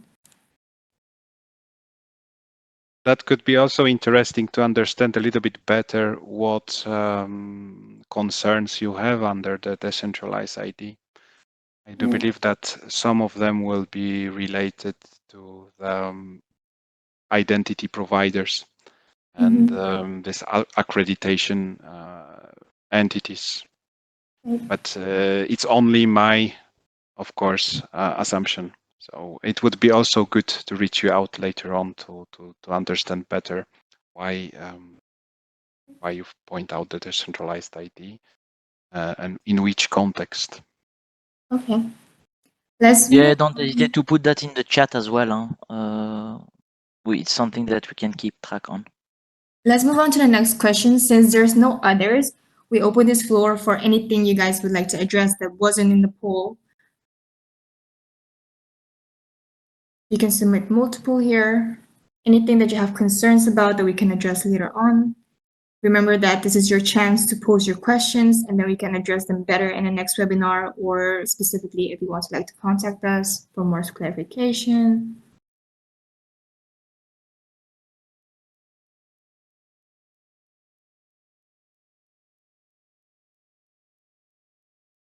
No?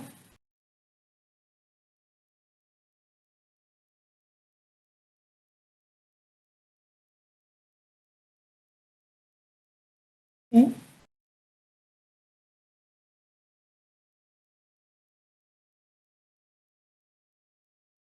Governance and ethics. Okay. How to the data sharing credit government agency and also how to use it.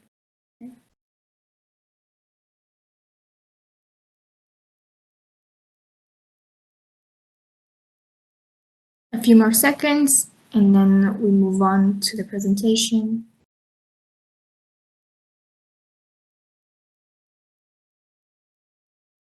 All right, doesn't seem like anybody is submitting anything else, so we will move on. Now, my colleague Joao will introduce the two demos. Indeed. Hello, everyone. Can you hear me, Zaira? Yes, loud and clear. So it's demo time, and I will quickly introduce the colleagues from Norway that are working on the market inclusion registries. So we will have a presentation by Stein Bjornstad and Jon Ramvi. And that presentation will be followed by a demo by the European Commission that is already actually using EBSI, and that will be about the notarization use case. The demo will be given by Inês and Spiros. So I would ask then Stein and Jon to step up and present their blockchain experience and link it to what we have been seeing on the EBSI project. Thank you, Jan. Thank you, Stein. Can you say hello?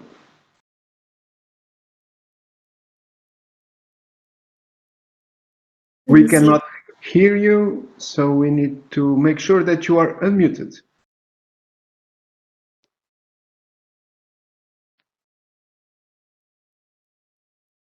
Otherwise, we move swiftly to Inês and Spiros, and then we get back to the Norwegian colleagues.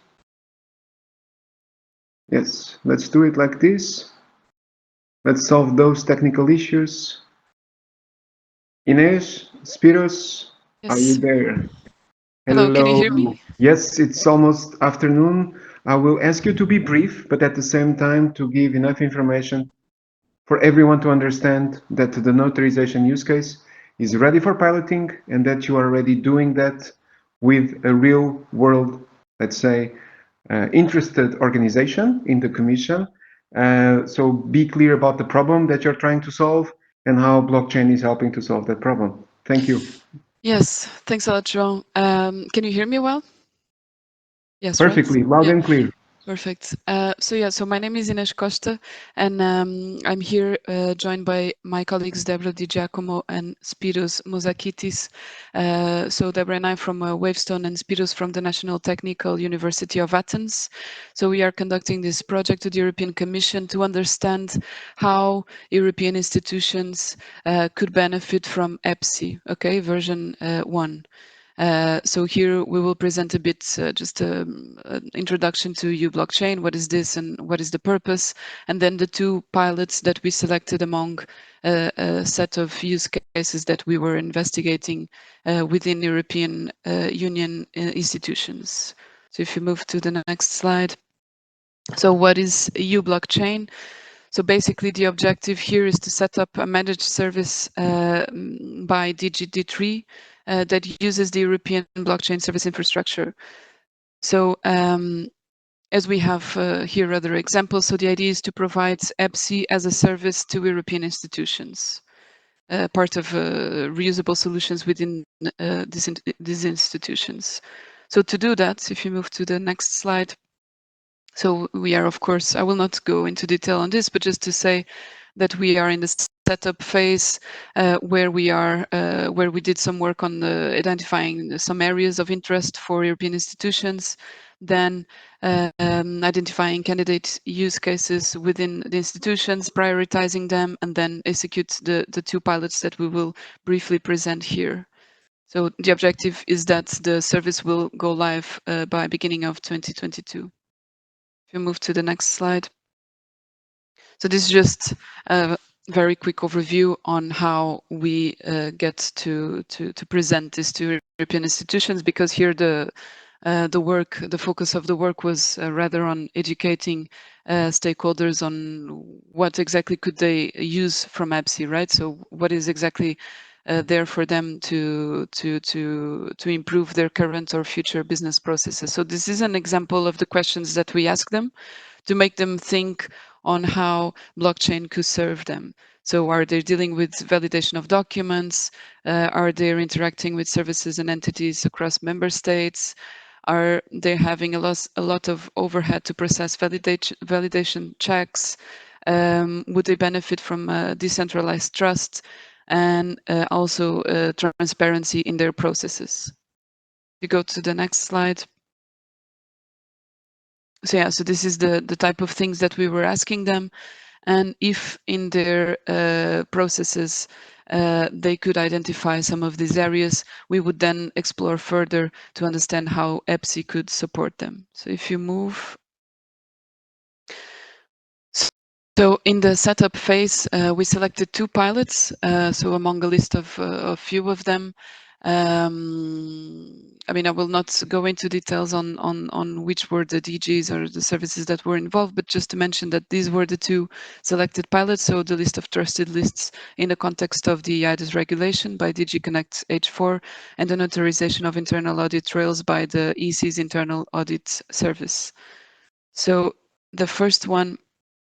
So as you may know, in the context of the EIDAS regulation, so on trust services and electronic identification, there's an obligation for member states to publish a list of the qualified trusted list, the qualified trust service providers in their member states, and then the Commission has the obligation to publish, let's say, pointers to the member states lists. So here the idea was to put the list of trusted lists within blockchain, within EBSI. The actors involved were, of course, the trusted list scheme operators, so the actors in the member states that operate the list on their end, so that do the process of introducing the trust service providers and the services that are provided by them, and the managers of the list of trusted lists, so the list that compiles all the trusted lists from the member states from the European Commission side on DG Connect. So if you move.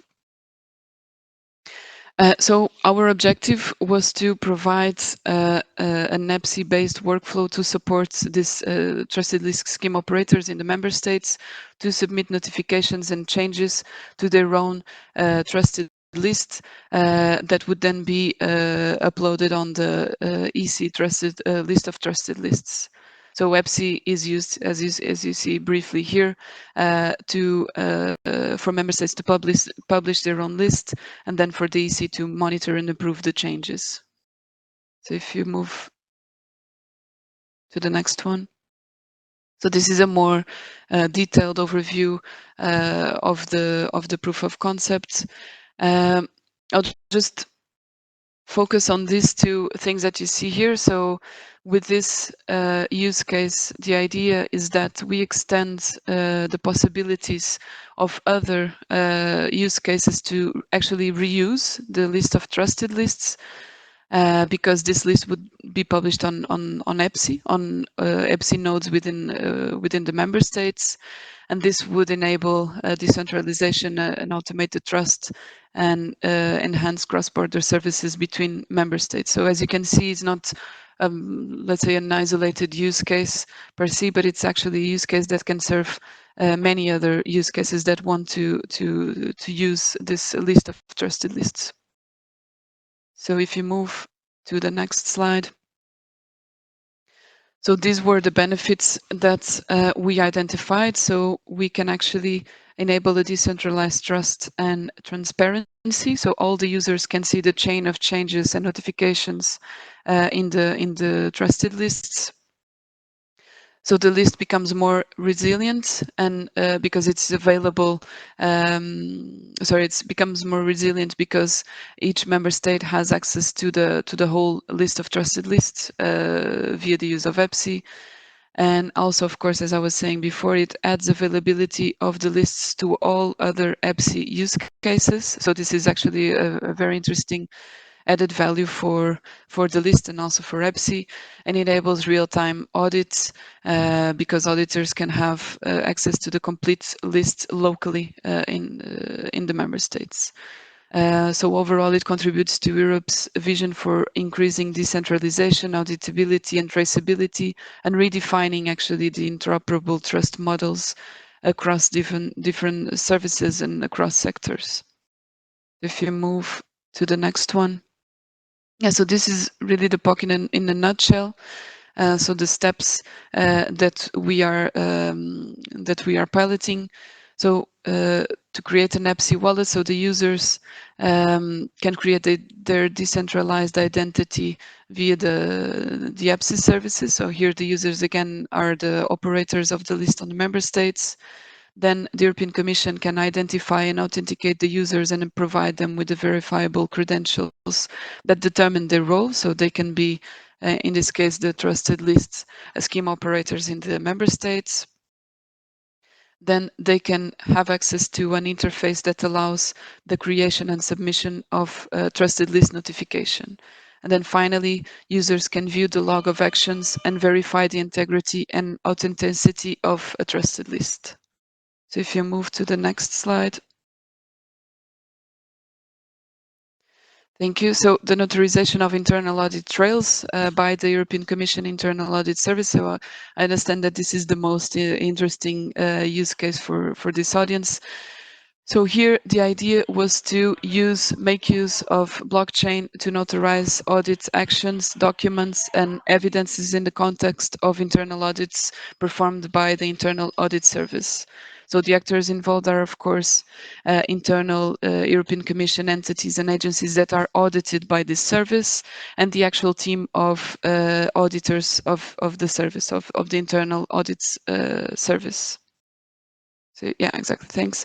So this use case shows the adequacy of using EBSI to support the internal audit execution process by EIS with these two areas. So it audits the execution of audits, of the audit workflow with actions and approvals, and it guarantees the authenticity of audit-related documents. So if you move to the next slide.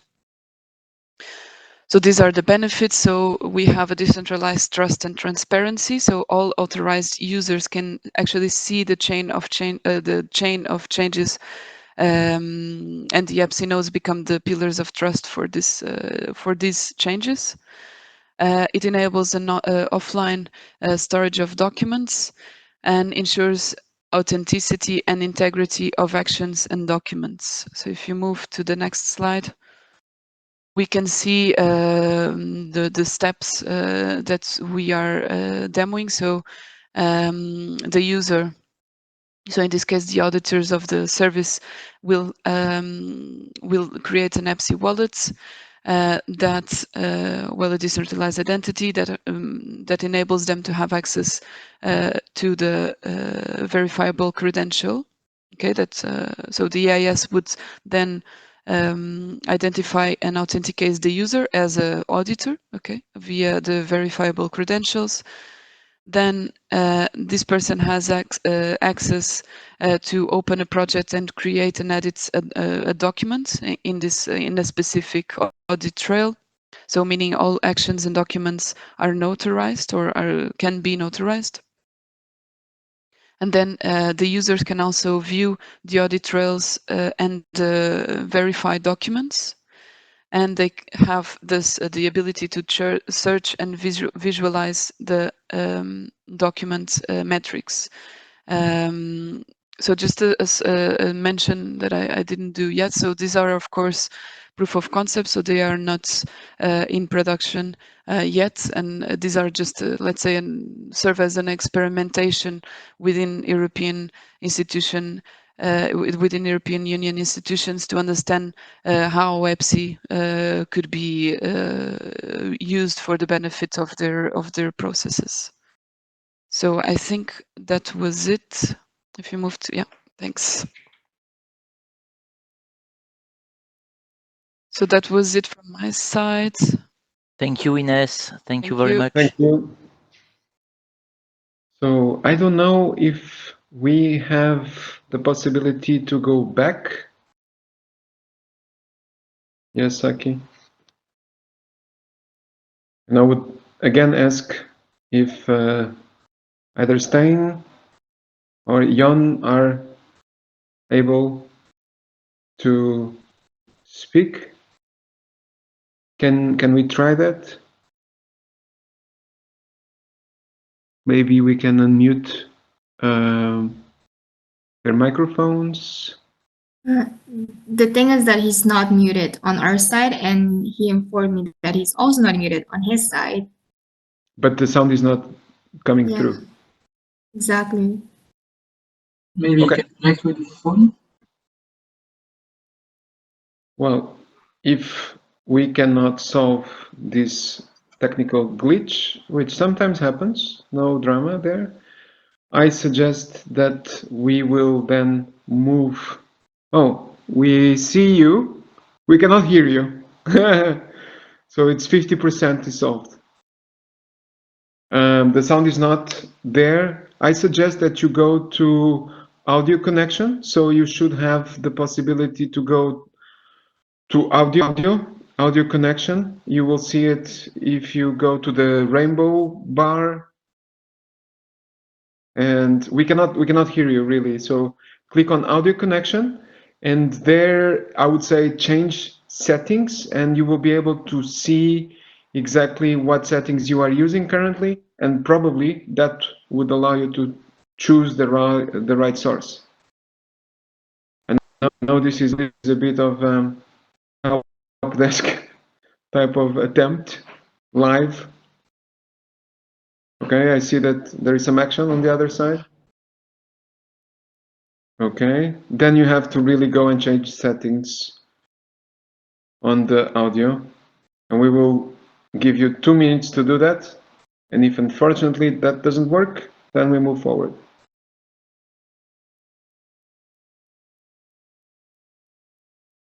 It's not working yet. Are you able to see the audio tab? Just click there, go to change settings, and that would be probably the best way forward. I see the time is running. Okay.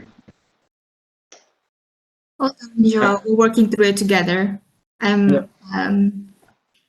We will leave then this to the next webinar, because as we said, this is not the final webinar. There will be other opportunities, and in the interest of time, as we are already, let's say, hitting the 12 o'clock mark, at least here in Belgium, I suggest that we move this presentation to the next webinar, and that we conclude a bit earlier, allowing people then to have a break and have probably something to eat as well. So sorry for that, and we will definitely have you back with us, and probably we will test it in advance, something we didn't do. So our bad.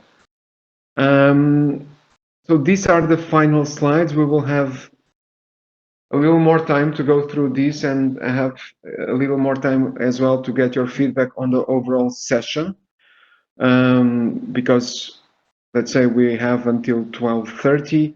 Probably it will not take us up to 12:30, probably 10 minutes. So I will be helped here, I guess, by Saki, Zaira, Robert, the team, Margaret as well from DG Connect. What we had in mind when we started the webinar series was to have the next webinar focusing on helping you to roadmap your pilot. And that was the suggestion that we have put forward already. And the webinar date is also around the 19th of November. However, we understand that it's really for you that these webinars are organized by the European Commission, and that following what you saw today, you might want to change the main topic of the next webinar. So Saki and Zaira will give you the opportunity to have your say and to tell us what should we do next. So having in mind that this is really the first webinar, that there is a lot of material that you can already have a look at following the webinar, what should we do next? So Zaira, can you take everyone through the questions? Yes. Right. Let me share my screen again. Can you see my screen? Absolutely, absolutely. Yes, Zaira. Yes. Perfect. So, given the webinar, do you plan on registering for the next webinar to help you roadmap your pilot? Please do not hesitate to answer to all the questions here. They are very, very important. As Joao stated, this is really for you that we are doing that. So we need to be as relevant as possible and as adapted to your needs. And remember, you're anonymous. So if you didn't like the webinar, please say no and then tell us how we can help or how we can improve for the next webinar.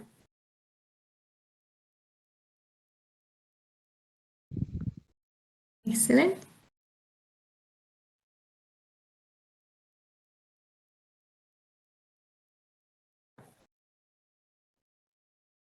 People are still thinking about it. Should I not? It's not a commitment. You can answer yes or no, and then you can change your mind. It's just for us to think we should have had a maybe there. There's still some undecided. Yeah. 16 is going up.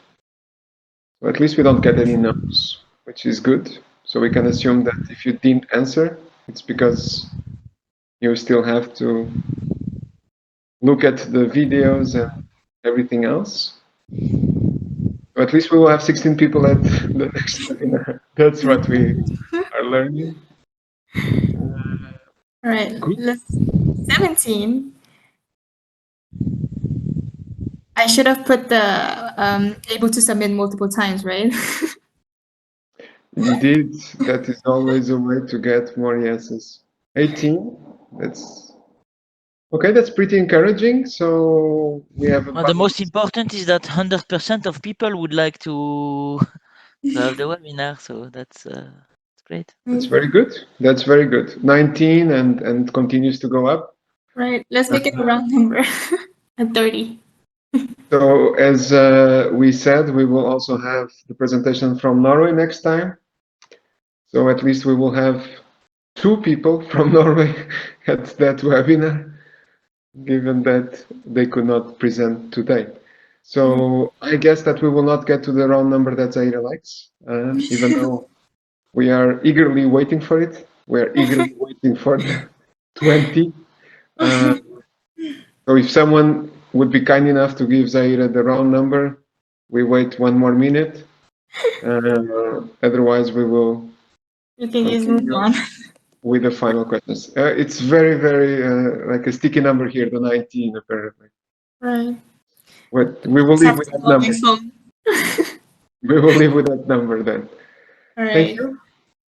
So for the 19 people who want to join the next webinar, what do you expect from it?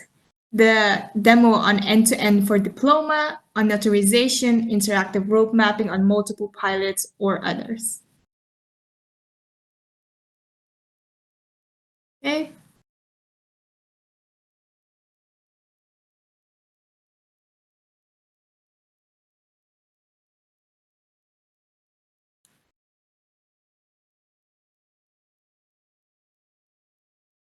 So it seems that we should think more about, I would say, some sort of a workshop. Then we could try and help to do the interactive road mapping exercise together and try to address the questions that might pop out right away. Yes. So we have a comment saying a workshop would be nice.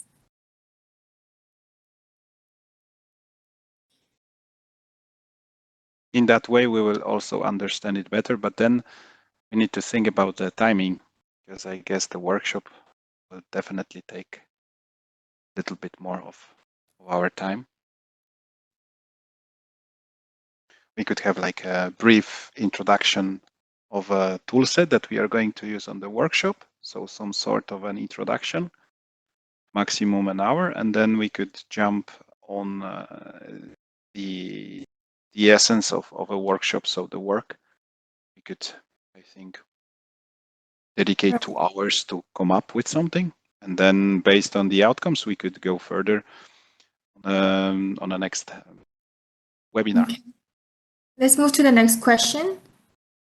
Yeah, it would be nice to understand maybe instead of others, so if you have any other ideas, but also if you have any other expectation, or why did you put these answers? That's also interesting for us to understand in more precisely what you would expect from, for example, interactive road mapping, or what you would expect from an end-to-end demo, what you would expect from focusing on a specific use case. So please don't hesitate to express really your needs here using that question.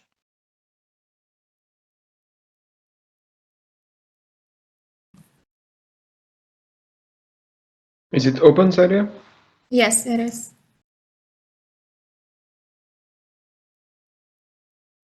So any ideas that you would like to share with us before we close the webinar? We are interested to know your feedback. Don't hesitate to share, as Saki explained. Any ideas that you might have for the next webinar, or any feedback that you might have on this one? We will keep it open, I think, for a couple more minutes.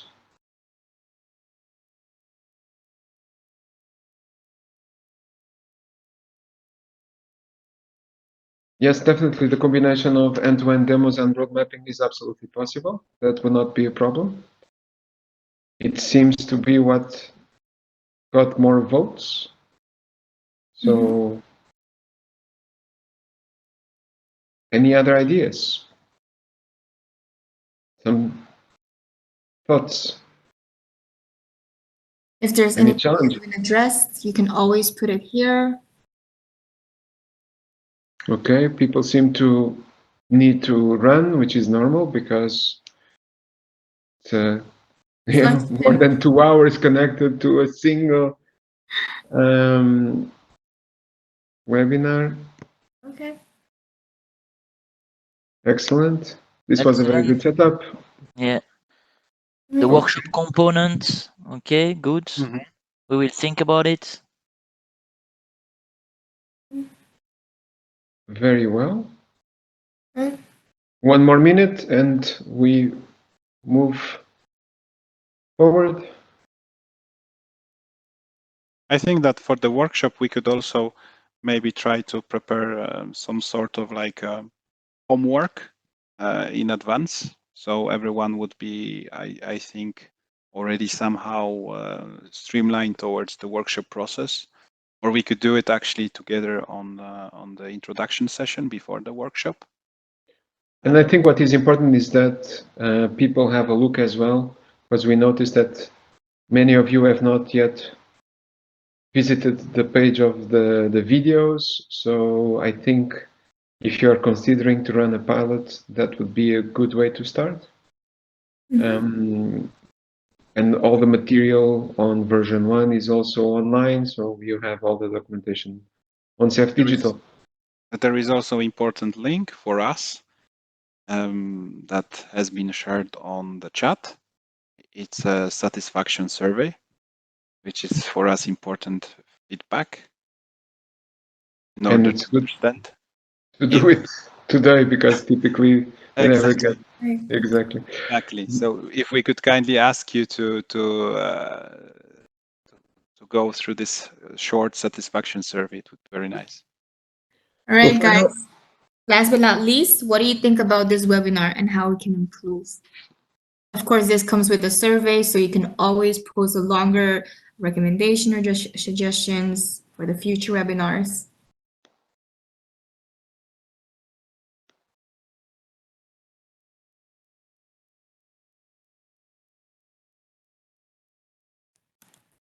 It's really your last opportunity to share your thoughts.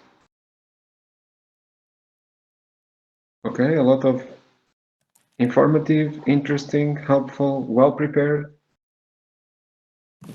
The word cloud is coming At first, it's alive. Perfect. That's amazing. Saki, you should not participate, okay?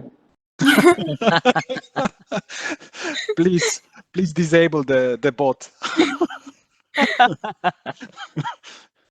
Compressed, yeah, that's true. We had a lot of material. I'm actually surprised that we are not late. Of course, that we could not get the colleagues of Norway to present, but we were very ambitious, definitely very ambitious. So informative wins, it's a good word. I mean, that was the intention. We will do it more interactive next time, or even more interactive, because I saw a lot of interaction through the Menti meter. Questions that were asked through our chat will be answered after the webinar. So if you did not get an answer, don't worry. We will get back to you with an answer. We just had to really focus on like delivering the content today, but we will be looking at your questions and we will be posting answers to all of them. So that's really our commitment. And in case you have questions after this webinar, you can always contact us. As we explained in the very beginning, this is not the end, this is actually the beginning. And we understand that the more you know, the more questions you'll have. So we will give you all information that you need to get in touch with us. And we can even organize one-on-ones to get your pilot started. So don't hesitate. We are here to support you in this journey. So I think that we are reaching really the end. What do you guys think? Should we go for closing? And yeah, any information on how to get in touch with us, or any other helpful tip for people to continue their journey? Saki, Zaira? Maybe we have 5 minutes if people want to speak or open up a topic. I mean, instead of using the chat or the Menti, but orally, it's maybe an opportunity for people to express themselves in the last 5 minutes if they want.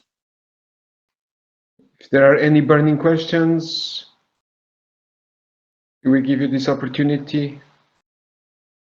In case you're really needing to run because your kids are hungry, or you have other meetings and emails to read, we completely understand. It's the same here on our side.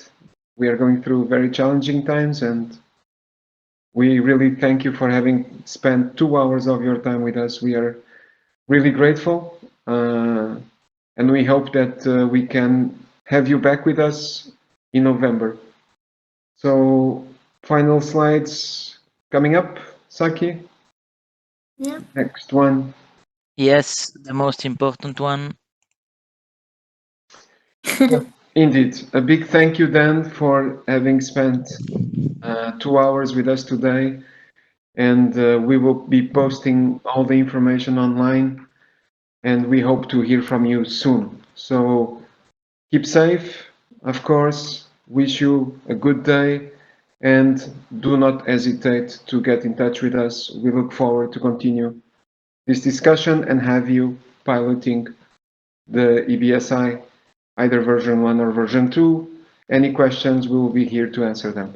Thank you very much. It's really been an amazing webinar, and we will continue then in November. We will be closing now, I guess, with this slide. So thank you again, and see you next time.